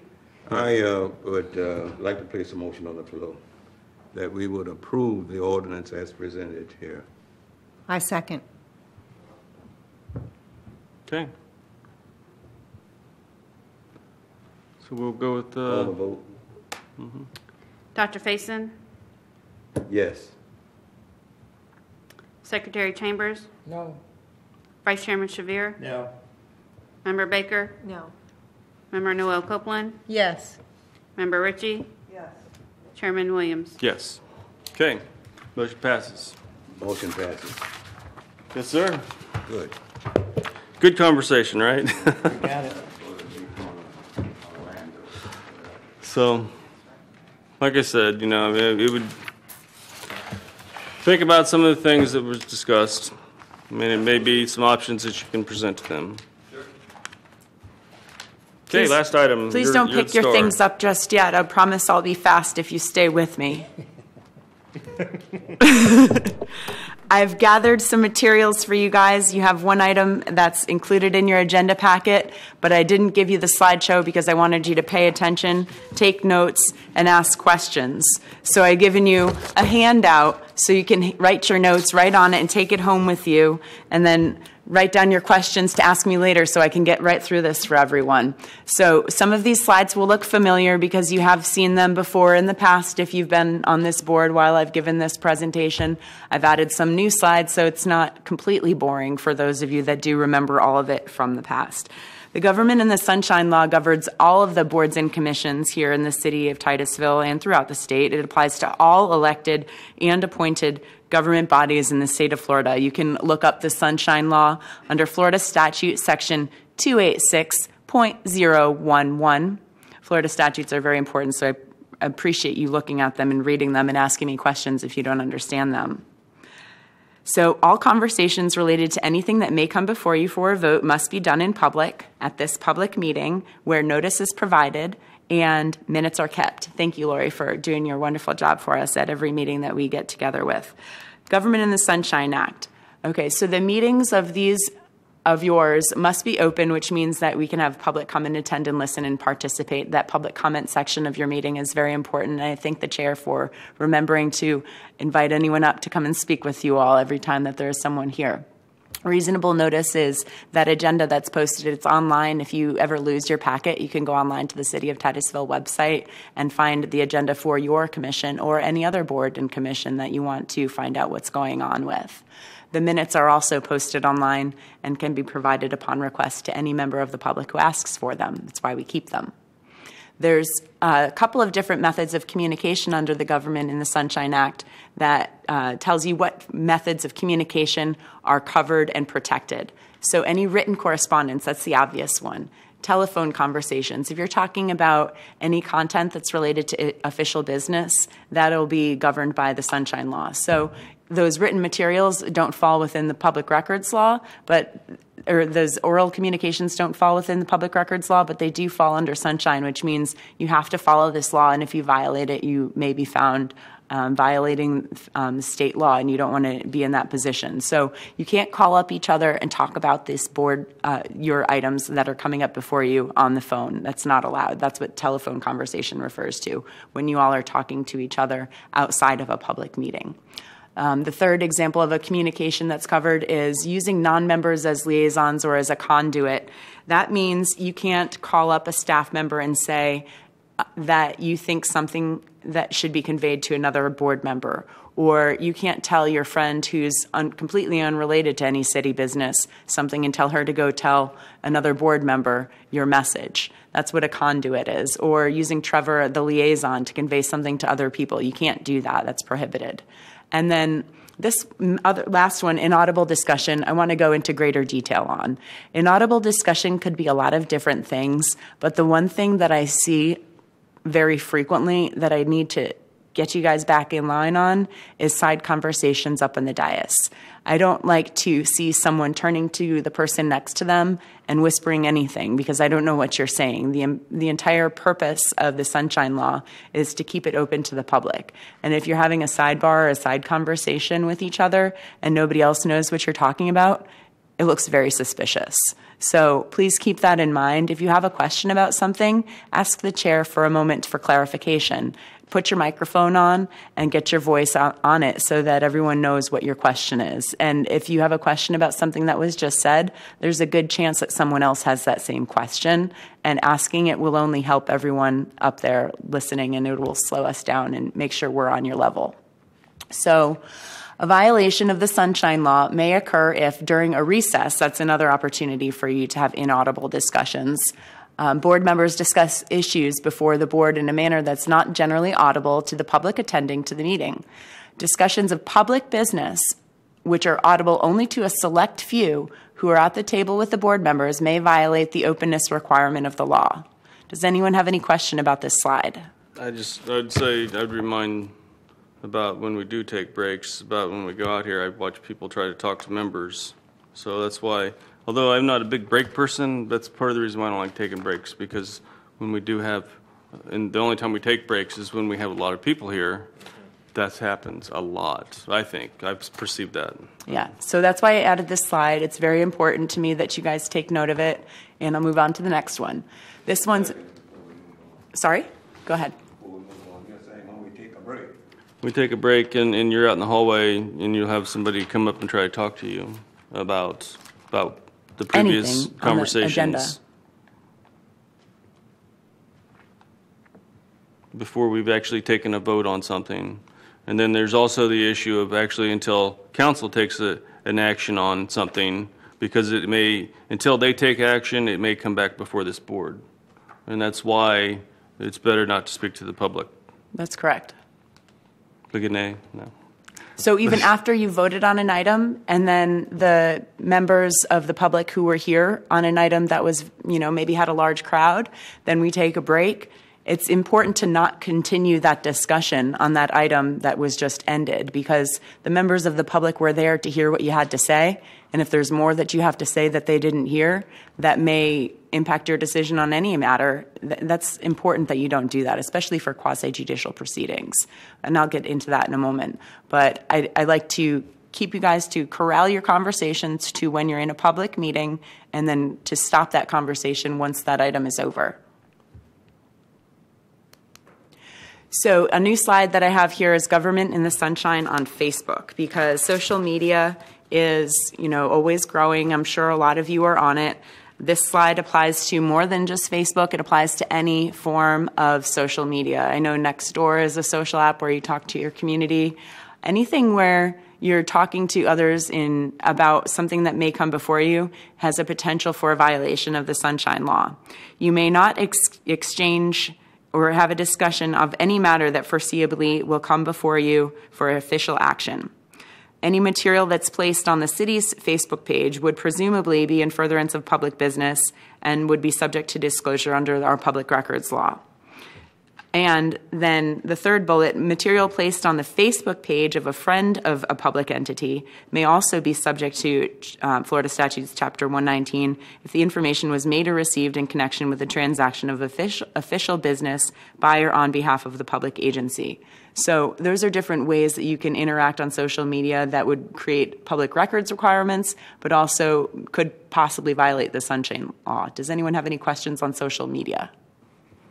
Well, trying to understand how, like, if they don't access their Facebook, but you have friends that are posting on something, it seems a little bit odd. I mean, I can understand why you're putting that in there, but it applies to you if somebody else is talking about official business, but they're not appointed or elected officials. But what I'm getting at is there's no traceability of the communication, because you can't tell if they've actually received the communication on Facebook.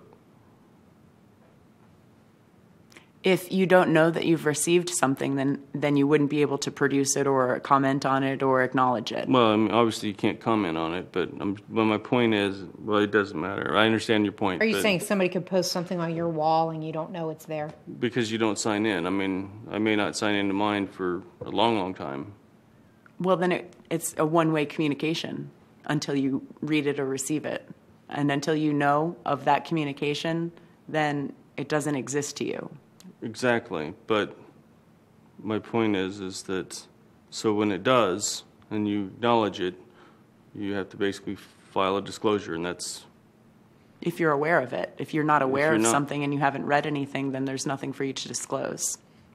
I'm just, it's kind of odd because you can't control that communication, that's all I'm saying. I understand your point, but on that particular kind of communication, you can't control. The only thing you can control is whether you sign up for the service.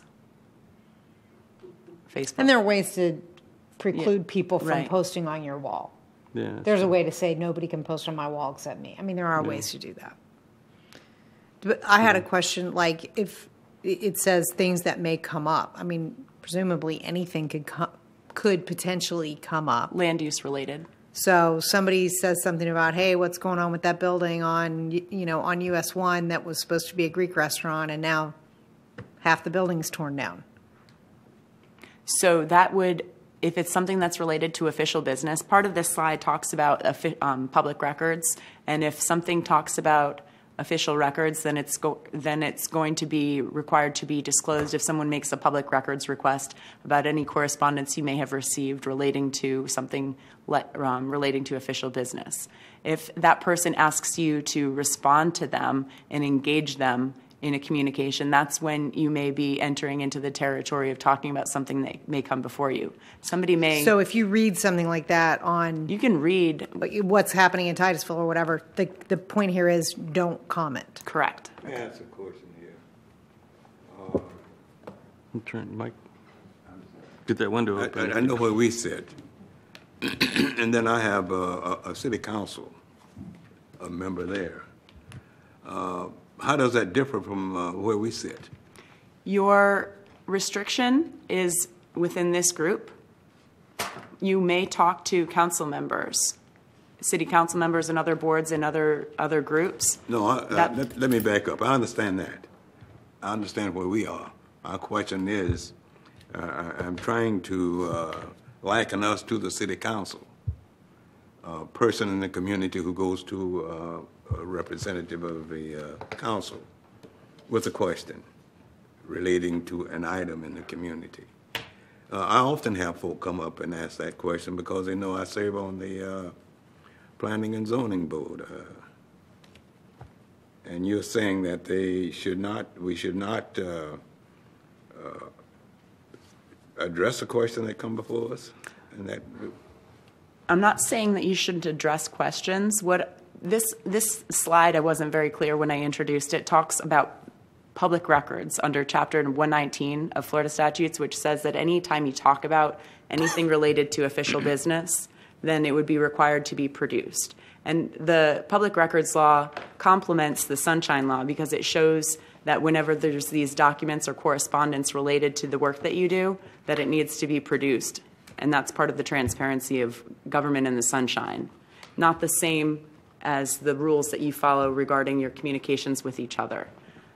So I should have had a better separation for this slide to explain that this is about public records and official business. Yeah, well, I think you did good, but my question I had then was, my understanding has always been, and this is, I could be wrong, 2 members on a board can speak, third can't.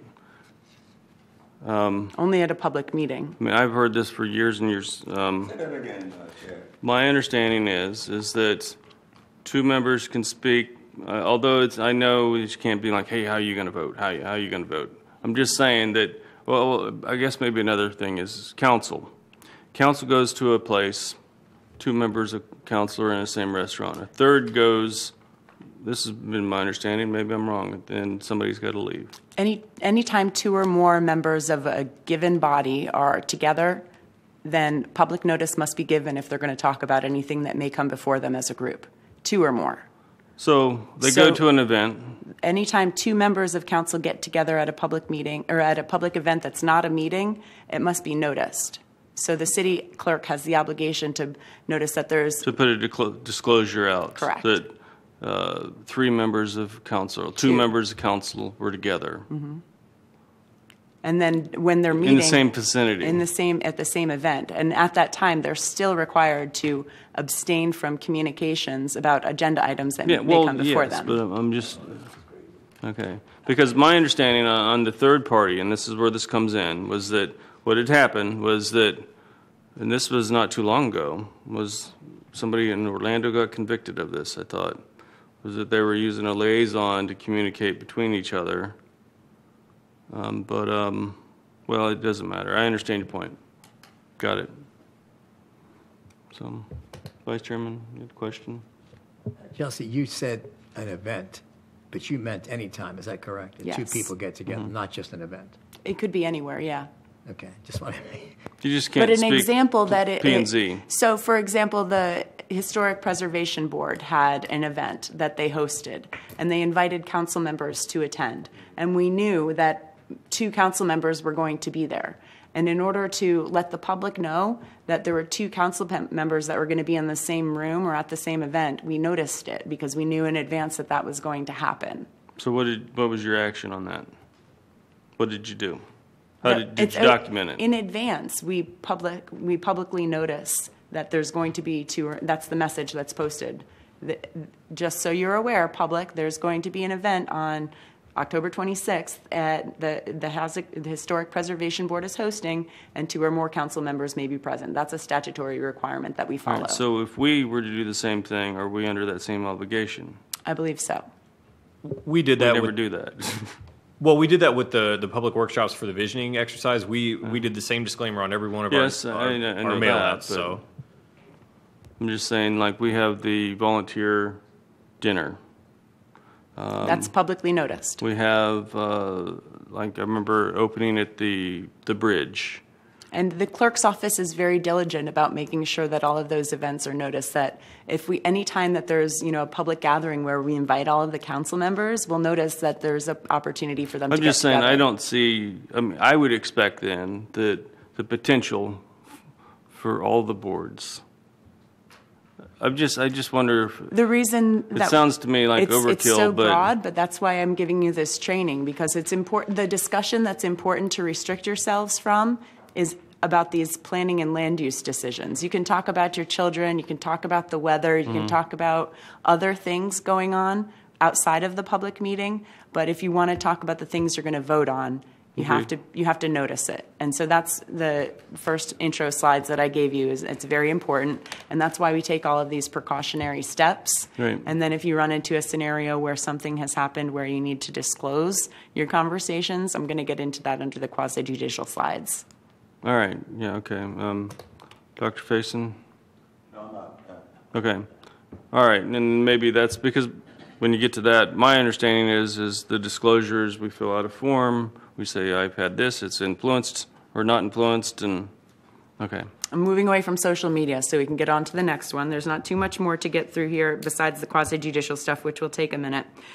Following up on the Sunshine Law, there's certain actions that are prohibited. You cannot accept or solicit gifts in your role or capacity as a board member. You can't get any unauthorized compensation from an applicant or anyone else. You can't have any misuse of your public position. You can't go into some store and say, don't you know who I am? And tell them that you're the commissioner of the Planning and Zoning Commission of the city of Titusville and entitle yourself to a higher place in line or something like that. You can't do that. But I think you all know that. You think that would really work. Yeah. You can't disclose or use your information that you get from us to do that also. You can't say, oh, I have this information. You don't have any information that would be protected that we don't share with the general public anyway. So you don't have to worry about that too much because we are, again, on candid camera and everyone is listening to all that we're saying. And then lastly, solicitation or acceptance of honoraria is also prohibited. If you have additional or fine-tuned questions, you can always reach out to the Florida Commission on Ethics. They are here to serve as a guardian of the standards of conduct, and they provide a guide to the Sunshine amendment, and they also provide a code of ethics for public officers and employees that's provided to every new member when they join here as a volunteer with the City of Titusville. You can look at this website, ethics.state.fl.us, for those resources. Additional considerations. You have prohibited employment and business relationships. You have to disclose when certain business owners come in that you have a relationship with if they're applying for something where you may have benefit with that relationship. You need to disclose certain things like that. There's restrictions on appointing, employing, and contracting with relatives. This won't apply to you too much, but these considerations do exist in the law. Voting conflicts I'm going to get into in the next slide. And financial disclosure is an annual requirement that you fill out that short form every year for the preceding year. It's due in July for the previous year. So voting conflicts, there's 2 statutes that you can look to for additional information. The Florida statute on the header here is 112.3143. And the voting requirement law that you must follow is under 286.012. You are required to vote on items that come before you unless you have a conflict. Conflicts must give you an actual benefit, gain or loss. There must be actual, not speculative. And what I mean by that is that it can't be remote. You can't be one of a very large class. We look at how many people are affected by the decision. And if that class of people that's affected is large enough, then you don't need to abstain and say you have a conflict. If you're one of a very small number of people that's affected by the decision, then you would abstain. If it's a question of whether that group is large or small, always come to me and ask me. Let me know about your possible conflict ahead of time so that we can get you that conflict of interest form filled out. It needs to be included in the record with the minutes of the official meeting where you decided to abstain based on that conflict. All right, now we're going to get into the quasi-judicial versus legislative. I've provided a resolution in your packet for this evening. The last 10 pages starts on page 89. It's resolution number 24-1997. We've had it in place since 1997 and hasn't changed much because these rules are constant. They follow the Florida Constitution. The intent is to avoid contacts other than public with the applicants, other than at public hearings. And you members should try to avoid these off-the-record comments from citizens who are going to come before you. And this section is slightly different than any other item because any quasi-judicial items you also should not be talking to council members about because they are also the judge that follows you. A quasi-judicial proceeding is a specific application of laws, facts, and evidence, and it makes you the judge. You are the judge determining whether that application should go forward or not. Legislative, on the other hand, is something of general applicability, sets a policy, maybe an annexation of a large piece of property is an example. For the quasi-judicial hearing, you follow your resolution. So I put it into your agenda packet so you could look at it ahead of time and make sure that you always have a copy of it. So if you want to tear off the last page, the 10 pages of your agenda, and stick it with this set of notes, I think that would be a good move. The decision for I'm going to skip ahead to this next one and talk about ex parte communications on quasi-judicial issues. Does anyone know what a ex parte communication is? Can I get one of you to explain it to me? Or do you want me to do it for you? I have a definition written down. Or a party that's coming before you on a case. So when a party on a case or someone who's involved on that with that party talks or writes or communicates with the judge about the issues with the case without the other party's knowledge. That's the key part, is that the other party doesn't know about this communication. So there's communication, there's 3 parties. There's the judge and then the 2 opposing parties. And if one of them speaks to you without the other's knowledge, that's an ex parte communication. And that's prohibited and you need to disclose it. The resolution that I provided gives you the process and procedure for how to disclose it. The due process that's provided under quasi-judicial hearings gives you a notice of the proceeding, an opportunity for the meaningful hearing, and a decision that's fairly based upon matters that's presented only at the hearing. You can't go out and do your own fact-finding. You can't present your own evidence. and you can't tell the other judges what you think should sway them. You need to only listen to the application that's presented to you, because otherwise you would be trying to convince the rest, and that's not what a judge does. So anytime you have a quasi-judicial item, put your judge hat on. Is this why at the beginning we're asked if we've had any conversations about anything on the agenda? Yes, and that part of the agenda is following the resolution 24-1997. It comes straight from it.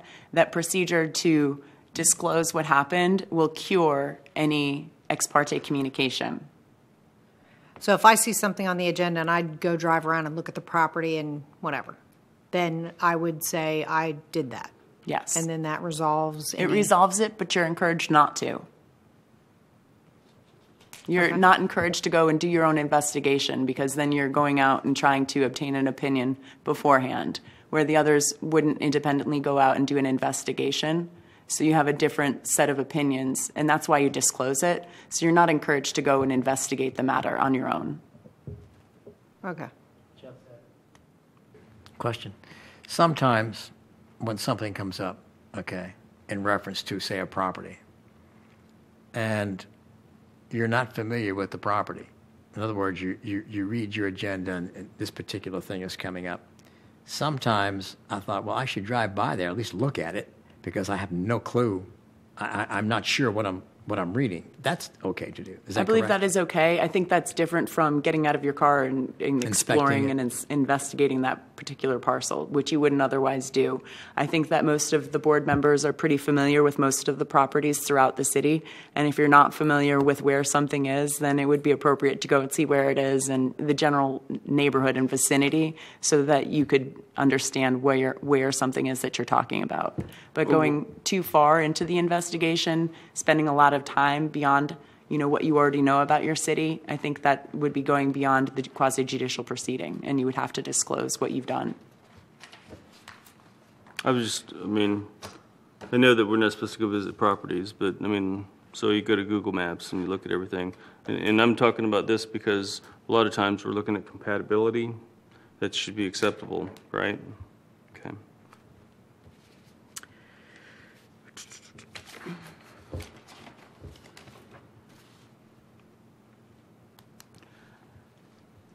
Okay, so the Florida Sunshine Law does provide for consequences of violating it, and quasi-judicial proceedings are a small category of them. Pursuant to Florida statutes, any person who's a member of the board or commission who knowingly violates the Sunshine Law is guilty of a misdemeanor of the second degree. A person convicted of a second-degree misdemeanor may be sentenced to a term of imprisonment not to exceed 60 days or fined up to $500. You may also face removal from office. The statute imposes non-criminal penalties for violations of the Sunshine Law, but providing that any public officer violating the provisions of a Sunshine Law is guilty of a non-criminal infraction, again, punishable to a fine not exceeding $500. Reasonable attorney's fees will be assessed against the board or commission found to have violated the Sunshine Law. I'm at the end of my slide here. I'm instilling fear in you guys, so you guys follow my instruction. My procedural reminders, last slide here, is to provide the public a reasonable opportunity to be heard. You need to provide the applicant an opportunity for rebuttal. And outside of these noticed meetings, do not discuss the official issues which may come before the commission for a vote. Are there any questions? After the vote, can we talk about things? I recommend that you don't until after your next meeting, because items could come back up before you under Rule 13, which allows reconsideration. Rule 13 is a city rule that I can talk about later if you would like more information. Okay. Anything else? That's all I have for you. I really appreciate you guys coming tonight and sitting through my presentation and training. I don't do it that often, and I hope that it benefited you guys as much as it did for me. Question?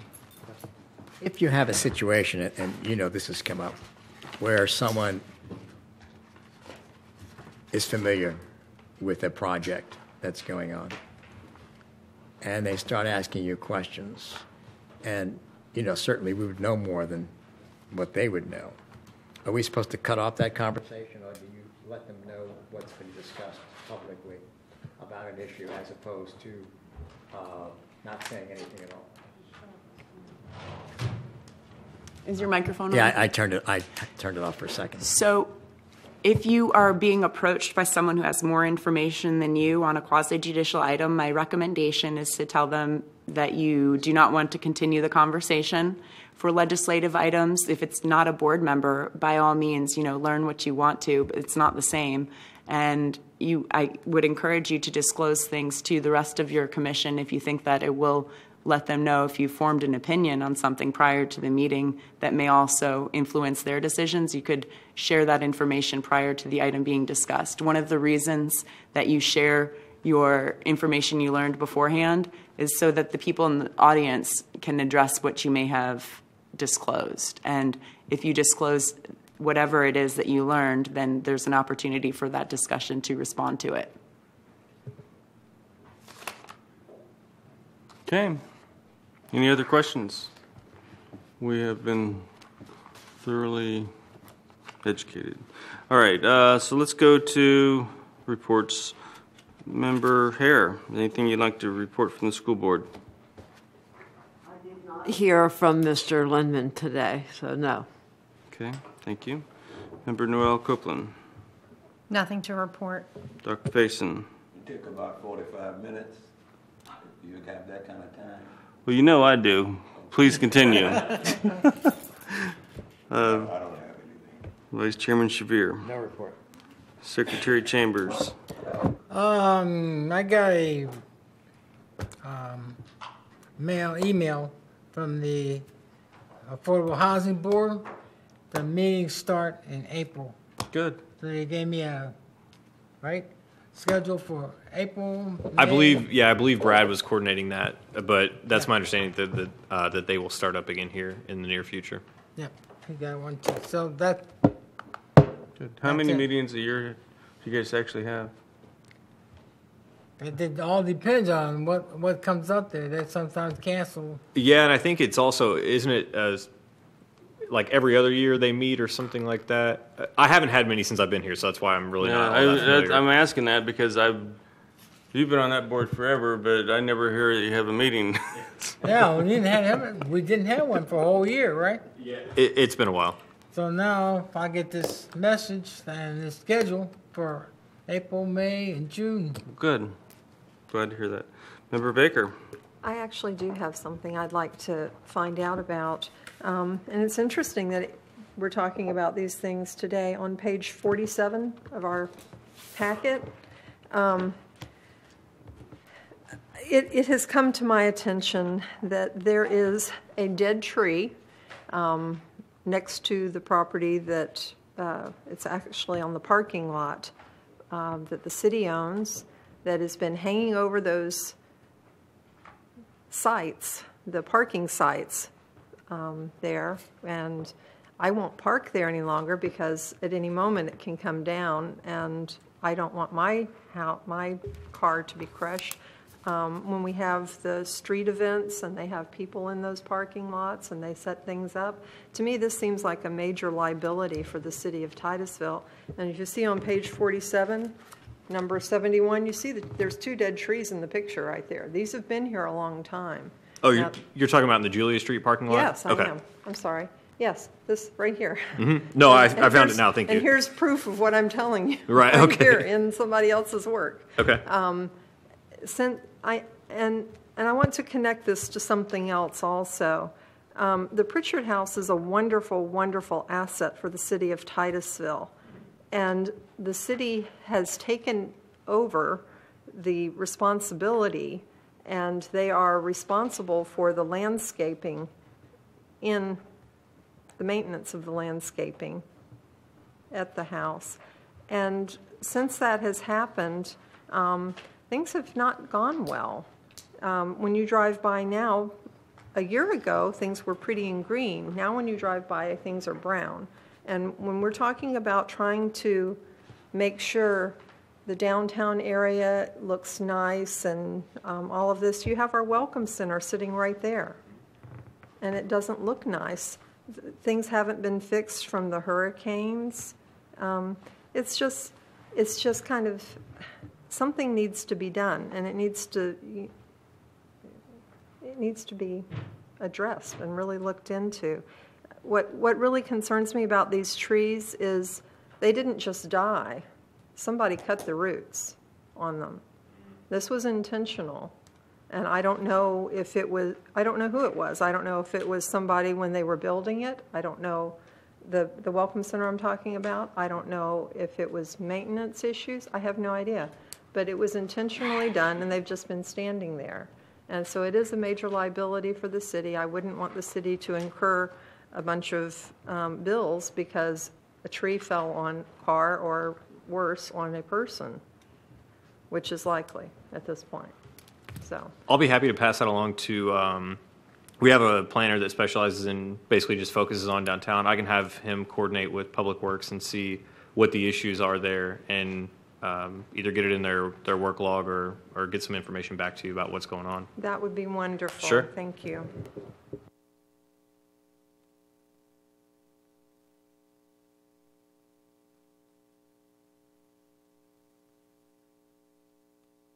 Thank you all.